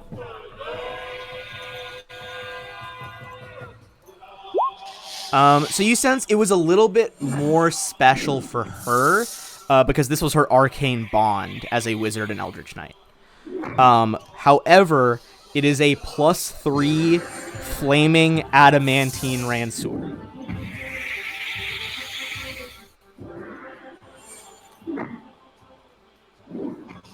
So it wouldn't do the same things it did for her as it did for me.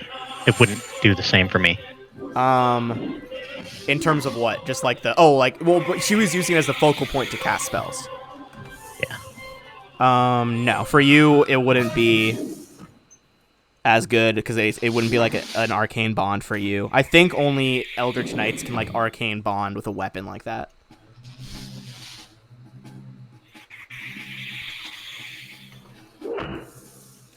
But that is all that's in this room.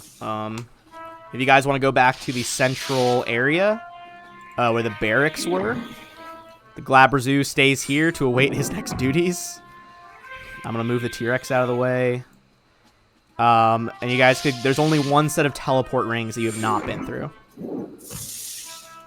Is there anything else you guys want to do before we move you toward that? Nope, I got nothing. Alright, I'm going to stack you guys up here so I can drag. Alright, so first you guys, hold on, pop over to the center room over here. Then following that teleportation ring, you guys are going to find your way into the only room you haven't been in yet, which... is the only one I didn't put torches in. Forgive me, viewers. It is packed with warriors of wrath who start to take up arms as they hear the teleportation grid goes off until one of them rounds the corner and sees Ember. In Thessalonian, as they like take a knee, putting their sword in the dirt, they're turn back to the others. Thessalonian like, High Lady Athraxis is slain. There is a new High Lord, a red dragon, just like the one that Runelord Elaznis used to ride. You hear the clattering of weapons. The rest like throw down their weapons. And I'm going to describe this last room to you as they all seem to be surrendering. This long chamber is filled with 2 rows of wide work tables. The far end of the chamber contains 3 wide alcoves. The ones to the north and south are filled with all matter of alchemical supplies and large barrels, while the one in the middle contains a single huge vat of what appears to be twitching, foul-smelling flesh. This appears to be the flesh warping lab, where they turn people who get too old into sin spawn. But what do you guys do as you hear... and I'm actually gonna... If you guys want to come around to this side so you can see, I'm going to show you how many there are.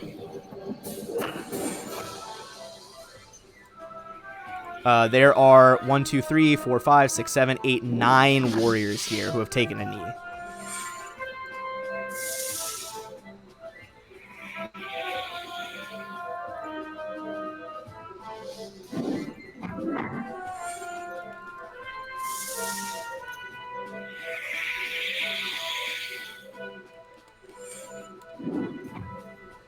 What do you guys do? They're not kneeling to me. I'm not doing anything. Yeah. What do you want? I ain't doing How do you shit. want? I will voice Ember, but how do you want Ember to handle it? He kind of turns to you to take the lead, Turgon. What do you want to do, Ember? This is... Why You're not the High take them Lord? with us? You read the book. They're not immortal here like the rest. We could, I don't know, bring them to the house as our guards. A corps of Eldritch I don't think Knights. everybody would be cool with that. What about the rest of you? What do you think? He says this part in common. Ember does. We could take them as a corps of Eldritch Knight guards.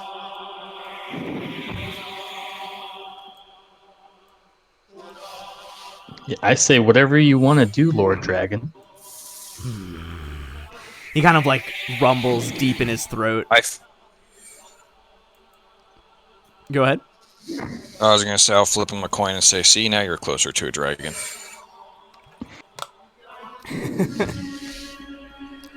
They seem alright with it, Master.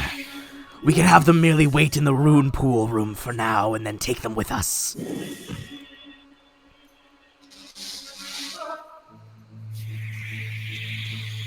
I would Would dump you rather them. they all stay here and protect your sanctuary? They would die here eventually.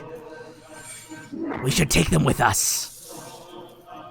Call them the Ember Knights.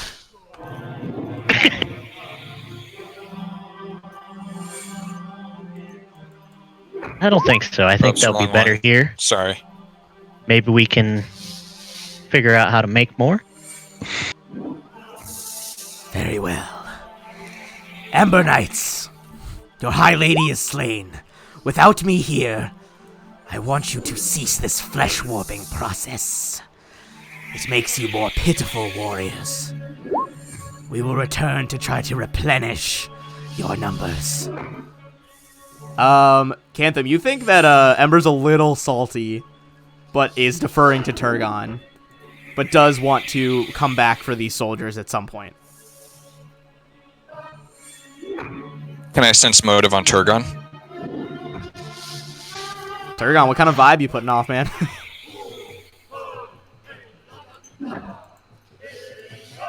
I'm not trusting. Yeah, not trusting any of this right now. This is. Turgon, how do you We're think, talking. How do you think your expression's like right now? What's Turgon feeling as Ember is discussing these Ember Knights? Not openly, but he's feeling like Ember may be becoming too powerful. I think I don't usually like rolls against other party members. I think you would know enough to see that Turgon does look a little uncomfortable. But that's probably about it. Ooh. Is it Old Yeller time soon? Fucking, if he's pulling around all these guys. That's a dangerous I- move to old Yeller, your witch patron's essentially familiar here. This is not a familiar. This is a demon. This is a demigod at this point. Well, it is what it is. That is all that remains in the Dungeon of Wrath. Do you guys want to return from whence you came to the Runeforge pool?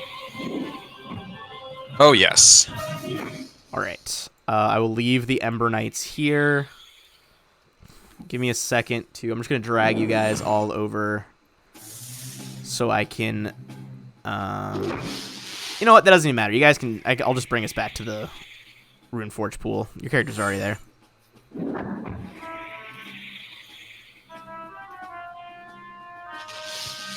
Oh, did we get enough ash? Yeah, you guys took a whole bunch of samples of ash. I'll say you guys got 5 samples. Okay. And so you have the ingredient from there as well. So, you've now successfully gone through the Festering Maze of Sloth, the Abjurant Halls of Envy, the Iron Cages of Lust, the Halls of Wrath. All that remains is the one you're going to save for next time, the Shivering Veils of Pride. And then the other 2 remaining are the Ravenous Crypts of Gluttony. You guys know Gluttony is the necromancy sin, and the Vault of Greed, which you believe is where Karzug is, the one that you're worried is going to come back. Or at least that is his, element, his sin area.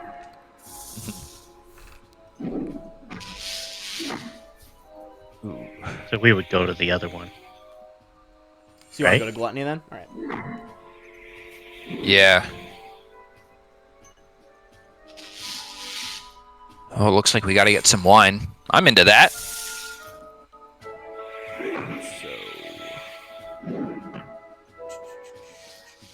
Cantham, did you want this wand? No, I'm good. Alright, let's change up our ambience here. And I'm going to bring you guys to a new map. We'll probably get through at least a bit of it before we have to stop for today. We still got half an hour left. Alright, if you guys would like to drop your characters right over here.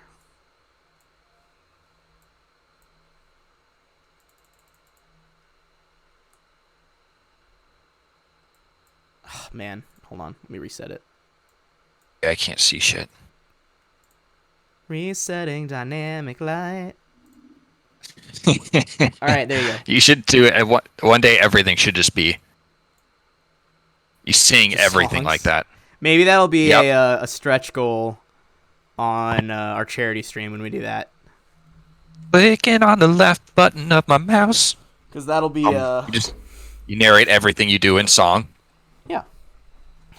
That'll be way in the future. before- But it's going to be 24 hours, and anyone who wants to volunteer from the server can do that. So if you're interested in this charity stream, and you're not yet in our Discord server and watching this right now, feel free to scroll down and click the link to join us. All right, so now let me double back in the book. We are at the Ravenous Crypts. I would take 15 minutes before I moved on to prepare a 7th level spell I left open. Okay, go ahead. Probably takes you about that long to walk to this these front doors here. There's that long of a hallway. Yeah, it's pretty long. Oh, were we supposed to drop our icon somewhere? Yeah. Let me ping it again, right over there. Hold on, you're like halfway out of the wall. There you go. Thank you. This one is a smaller map again. No more squares equal 4 squares. All right. So, you find yourselves in front of like an exquisitely crafted door, made of like it looks like it's made of like obsidian with silver inlay. Anyone detecting magic here can tell that there is like an overwhelming presence of like necromancy magic, and actually you can make a spellcraft check to see one specific effect that is present in the very walls of this chamber. Turgon, there is a caster level 20th desecrate effect on this entire dungeon.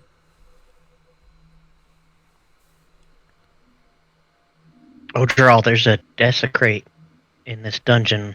I'm not familiar with what that is. Thank you for asking, because I wasn't sure. That's great. Is that something I would need to roll a religion on? Sure, give me a religion check. Okay. So desecrate is It's the opposite of your consecration that you did to cure that house of its like lich presence. It imbues the area with negative energy, making the DC to resist negative channeled energy harder. It gives undead creatures bonuses to a lot of different things. If it is like a altar area, which you think this would probably function as that, it even gives like extra hit points to like evil undead creatures or people who are or anyone who is susceptible to negative energy in this area. You think that your consecrate would likely do nothing against such a powerful desecration.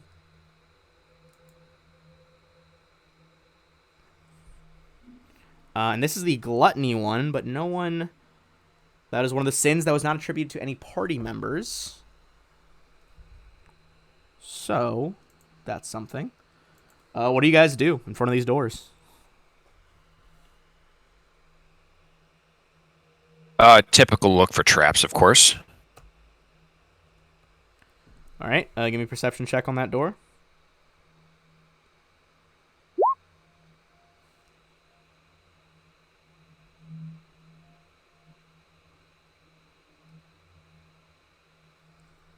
All right. You don't. It doesn't seem to be trapped in any way, either magically or physically. He looks back at the dragon and he says, "Lord, after you, kind sir." Oh, it weirdly... Hold on. It shrunk you guys to the right size, but now Malice and Yeah, we got a Ember- kitty and a little lizard now. Hold on, let's... You guys are real cramped in this fucking hallway. I was just gonna let it slide. Alright. So, Alice in Wonderland style. Ember looks to Turgon as always for instruction. He's like, Master, should I push the doors open? Yes, lead the way. Alright, let's remove the lighting block for this room. And Ember is going to lead the way in. The ceiling of this circular domed chamber rises to a height of 30 feet. The walls are decorated with 10 grinning skulls, each gripping what appears to be bits of flesh in their teeth. A flight of steps leads up via a corridor on the far wall. Give me a perception check on the skulls scattered around the chamber. You realize that the skulls mark secret doors, and all of them begin to rumble open, so they're not going to get a surprise round on you. But 6 desiccated mummies stumble out, kind of in the same burial style that the Black Monk was. These are like clearly from the age of Thassalon. They are clad in ragged linen and silk, and their dried flesh has like dozens of like black scarab beetles crawling over it. Go ahead and give me one sec. Go ahead and roll for initiative as I just reset all your counters. And this is going to be the mummy battle. Let's get that pumping. Shout out again to Sirenscape. As always, we'll give you a full shout out again at the end.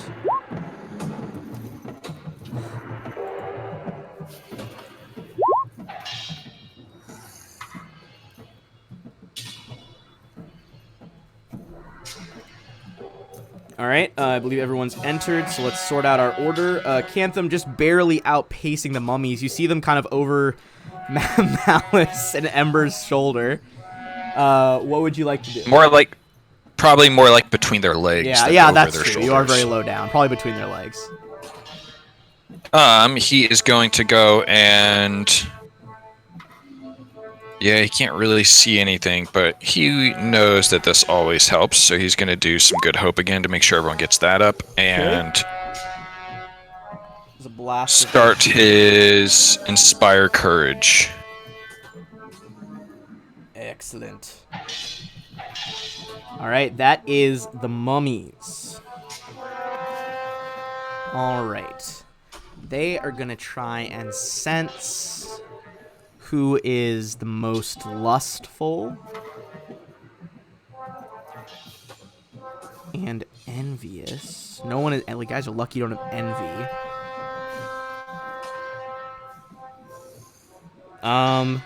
They all start swarming forward to surround Ember.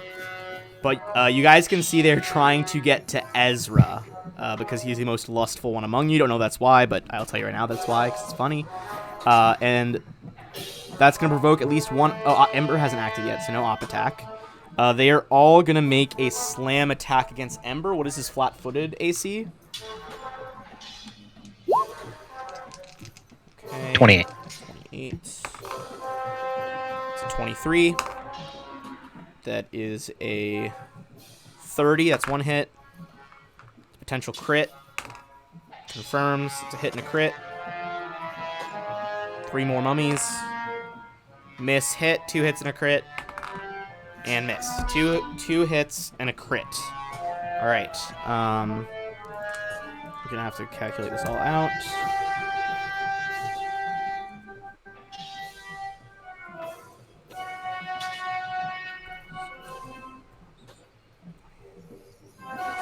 No one judge my math in the stream, but that is going to be 76 damage as they start just beating the shit out of Ember. Give Ember... Those were 3 hits, so give him 3 fortitude saves, please.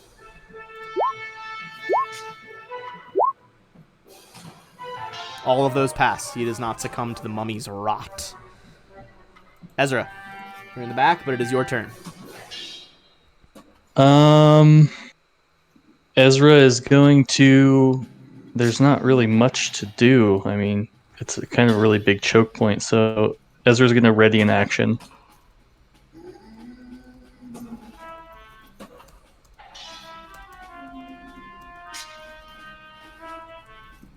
All right, you ready in action from the back of the hallway there. That is going to bring us up to Turgon. Here, let me drop down this so you guys can see the stream. Turgon, what would you like to do? I'm gonna drop a terrible fireball in the middle of the room. Oof. But you remember from your last encounter with a mummy that they are susceptible to fire. DC 21. Mummies are not known for their swift reflexes.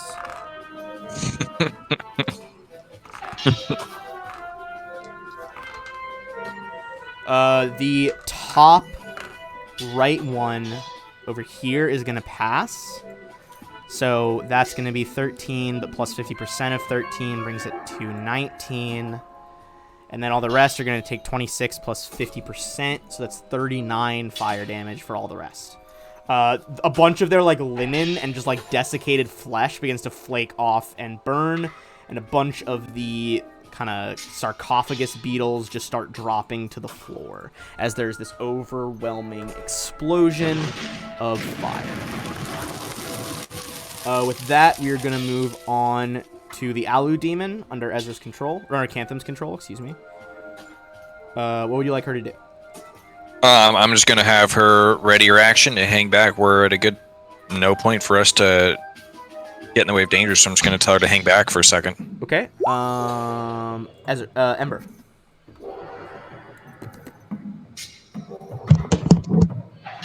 This one here at the top. Okay, top one. Okay, and I assume this is if you kill one, move to the next.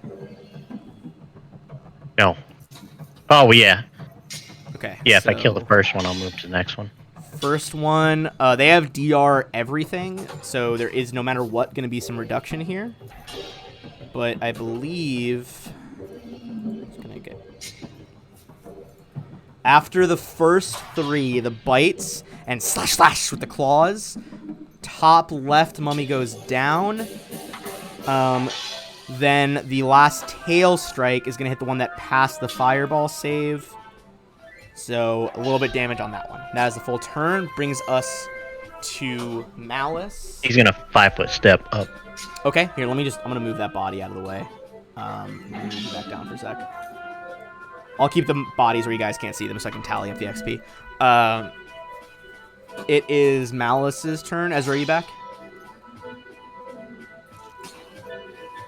Alright, we'll let him retroactively take a turn when he comes back from Malice. Odral, what would you like to do in the meantime? Okay,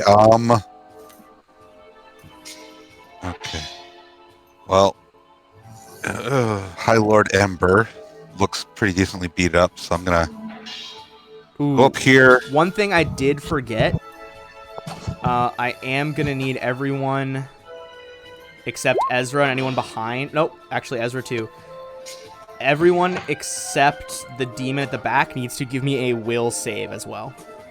I'd like you to refer to her as my gal, my main squeeze, or My main anything of the sort.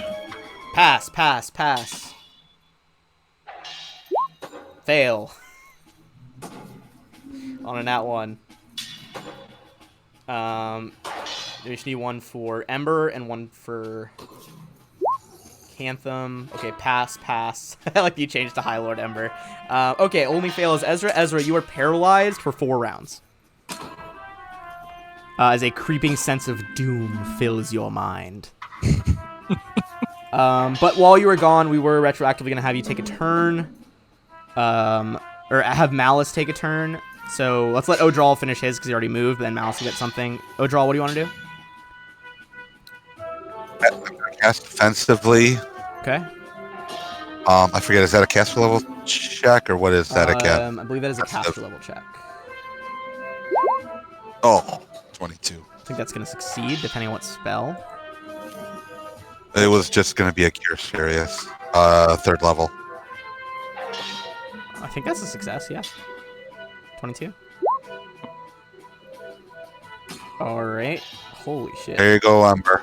Ember heals for 46. This was this massive outburst of positive energy. Good vibes, man. Good vibes. And then Malice. Without Ezra to tell Malice to do anything, she is just going to ready her action. Alright.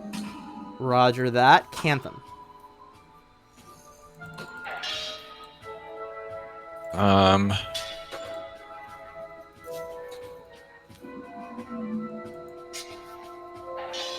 Let me do this here.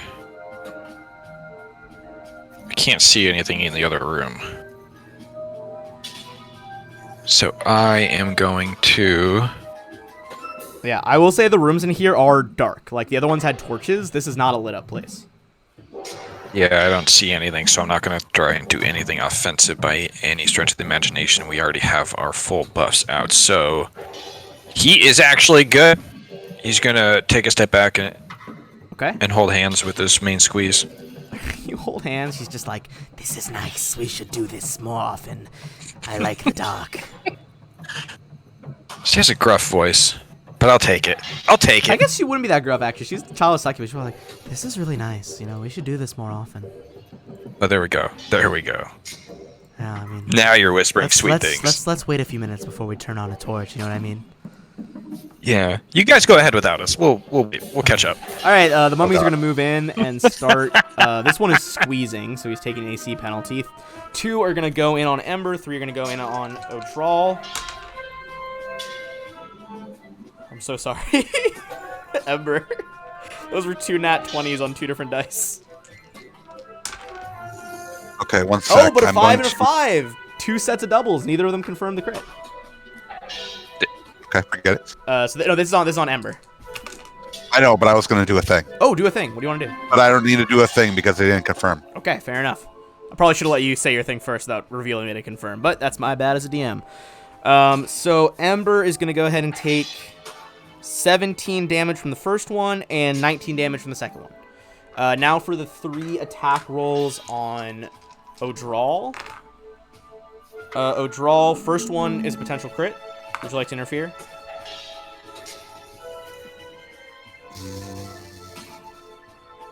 Nah. Okay. What's your AC right now, Odral? 31. Okay. 1 crit and 2 misses from the slams. Okay. On the crit, you are going to take... Where are my D8s at? There they are. 37 damage total. I need you to make 2 fortitude saves for me. Okay, one sec. Let me math. 80.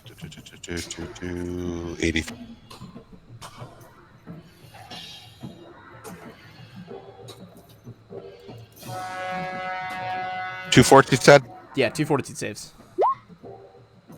There's gonna be success and another success. You are fine. Alright, that was the mummies. Ezra is paralyzed, which brings us to Turgon again. Turgon, which square are you actually right now? You're on 2 different squares for me on my 2 maps. Should just be on the one right in front of the succubus looking thing. Okay, cool. That's what I thought. On my other map, you were somewhere else, but I see that you're good. I'm gonna dimensional slide to here, and then I'm gonna scorching ray this mummy in front of. In front of O'Drawl there. Okay, give me a range touch. That is going to be a hit, and what is that? Like 29 damage. Give me 1 sec, because they're taking extra damage, so they might finish off quicker than you think.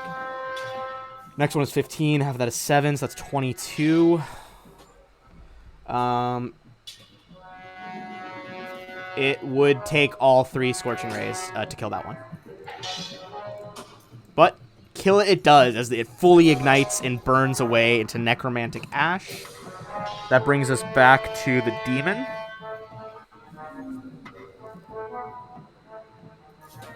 Do you want to have her do anything? No. We're pretty crowded right here. We're gonna keep holding the line. This is working. All right, this is working. So that is Ember. As you and what's her name? Hold hands. He's gonna full attack on the 2 in front of him. Okay, top left. We'll do the top one first. Okay, full attack. That is a hit on the first one. Let's reduce that.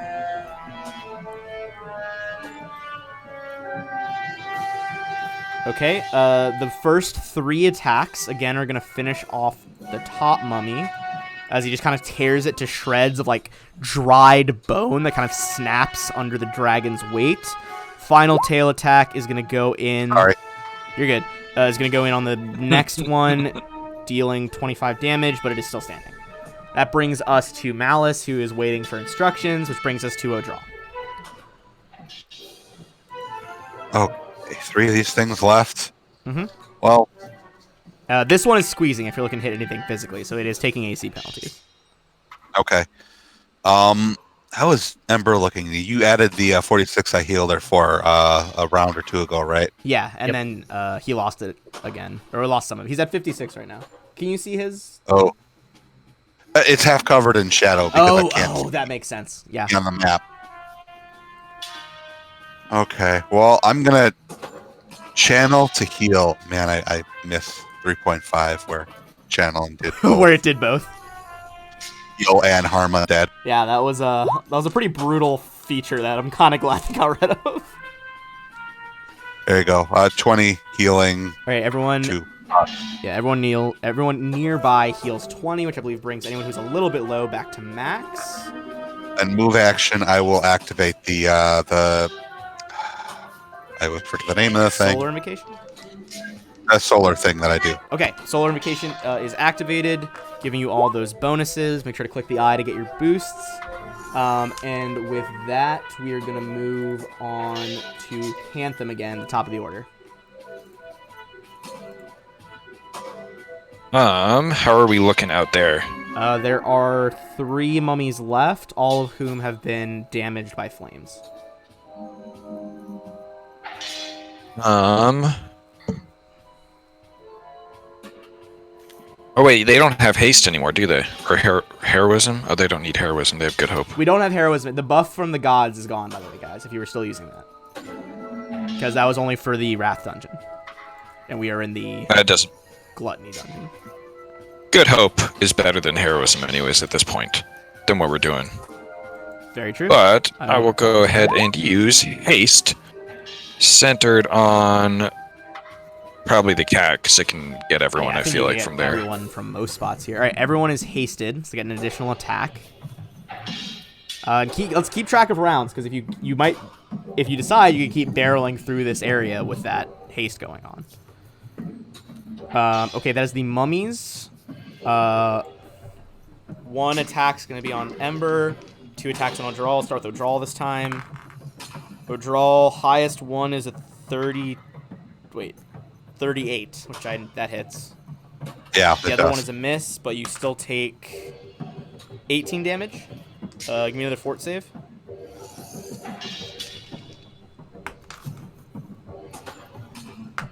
And then the other one is going to miss Ember.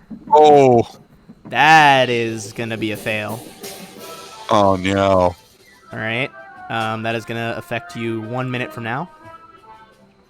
Yep. And that brings us to Ezra. That's your third round of being frozen. Turgon. Second. Oh, second round. I lost track. Turgon, is your turn for shenanigans. I'm gonna use 1 point to turn a snowball into a fireball and throw it at this mummy. Okay, drop an arcane point. The crackling ball of ice turns to fire. That is a hit, dealing 30 fire damage because it is vulnerable, but it is still alive. Alu Demon, I assume, passes, which brings us to Ember again.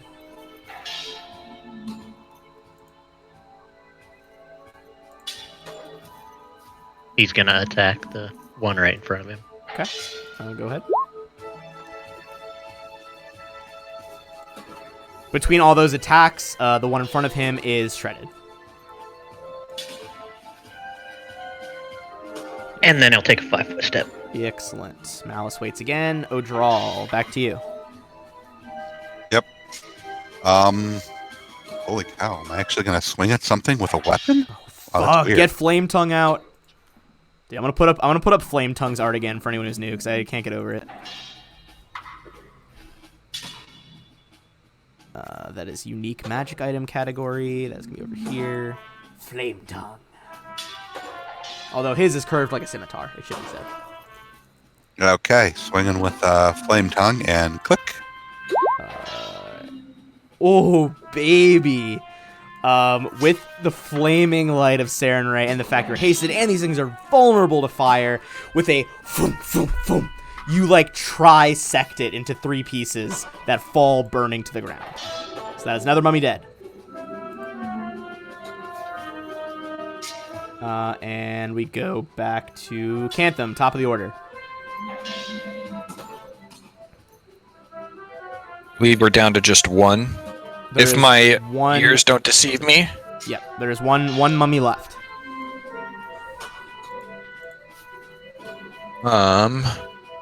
I will. Oh, I couldn't do anything anyways. I'm good. I'll pass. Hold my action. Okay, hold your action. Last mummy. Give it 50-50. Evens odds on you two. That's going to be even. It's going to attack Odral. And that is a 21, so it does not hit Odral. Just by a little bit. And, yeah, fucking heavily armored dwarf over here. Ezra is still frozen. Turgon. One injured mummy. Fly that boy. Get him. Pull out the wand and charge.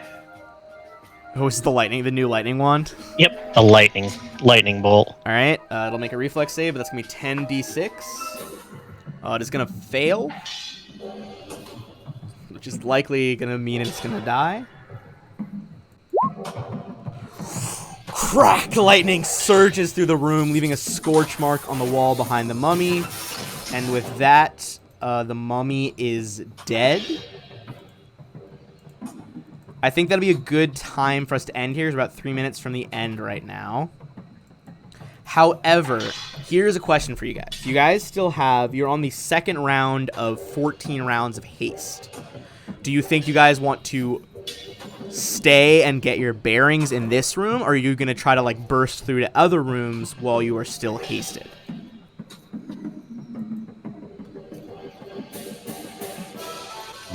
We want him to take Probably just advantage keep of haste. pace going. Okay. I mean, I'm not saying like one might be better than the other.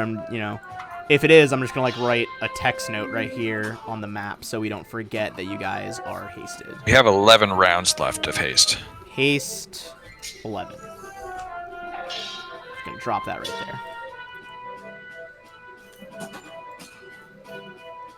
there. Okay. I will give you guys the XP though, just so we don't forget next time. You guys killed all 6 mummies. Everybody's gonna get 4,800 XP. And I'm going to put a marker on you, Odral. That is 6, because that is how many rounds it's gonna be till your mummy rot kicks in. Okay. I don't feel anything wrong up until then. I'd say give me a heal check. See if you can figure out something's wrong, because you are a cleric. This is what you're versed in. Wow. Plus 15 to roll 3. I think that it's because that's like less than the DC of the rot. I'm gonna say you're not sure what's up. Okay. Cool. Well, not cool. But... yeah, not ideal. Wow, that was like this is gonna be one of the closest we ended exactly 4 hours. Usually the streams are over under. All right. Before we get going, I'm just gonna do a quick shout out to Sirenscape before I drop our links in the chat as well. Thanks as always to Sirenscape for the amazing atmosphere and music. You can add these sounds and more to your game when you download either the Sirenscape desktop or mobile app. The app is free and comes with 20 sound sets that are included to get you started. You don't even need to register, just head on over to Sirenscape.com to find out more. Now, we use a fair amount of different sound packs tonight, and I'm about to put in all of our links for today, one of which is our link to all the different sound packs of Sirenscape. One is our donations link, and one is the link to the adventure path on Paizo if you guys want to play this game. Final shout out to our upcoming podcast, The Sundine Chronicles. This is a homebrew game that I wrote myself and will be DMing for Drow, who has been in the chat a lot tonight. Shout out to Drow. For Yuri, aka Will, who is in our Ruins of Aslant game. They play Linnaean. And, of course, our lovely little bard, Cantham, played by Ethan, is also the third member. So if you want to learn more about that, hit the link to go to benthedm.com/Sundine to find out more about the campaign. Any final thoughts, guys, before I put on a final ad break? Nope. Thanks for watching. All right. We shall see you all next week. And one last note before I forget. Almost forgot this. Thursday and Friday sessions will be canceled for Thanksgiving, but they will resume the following week.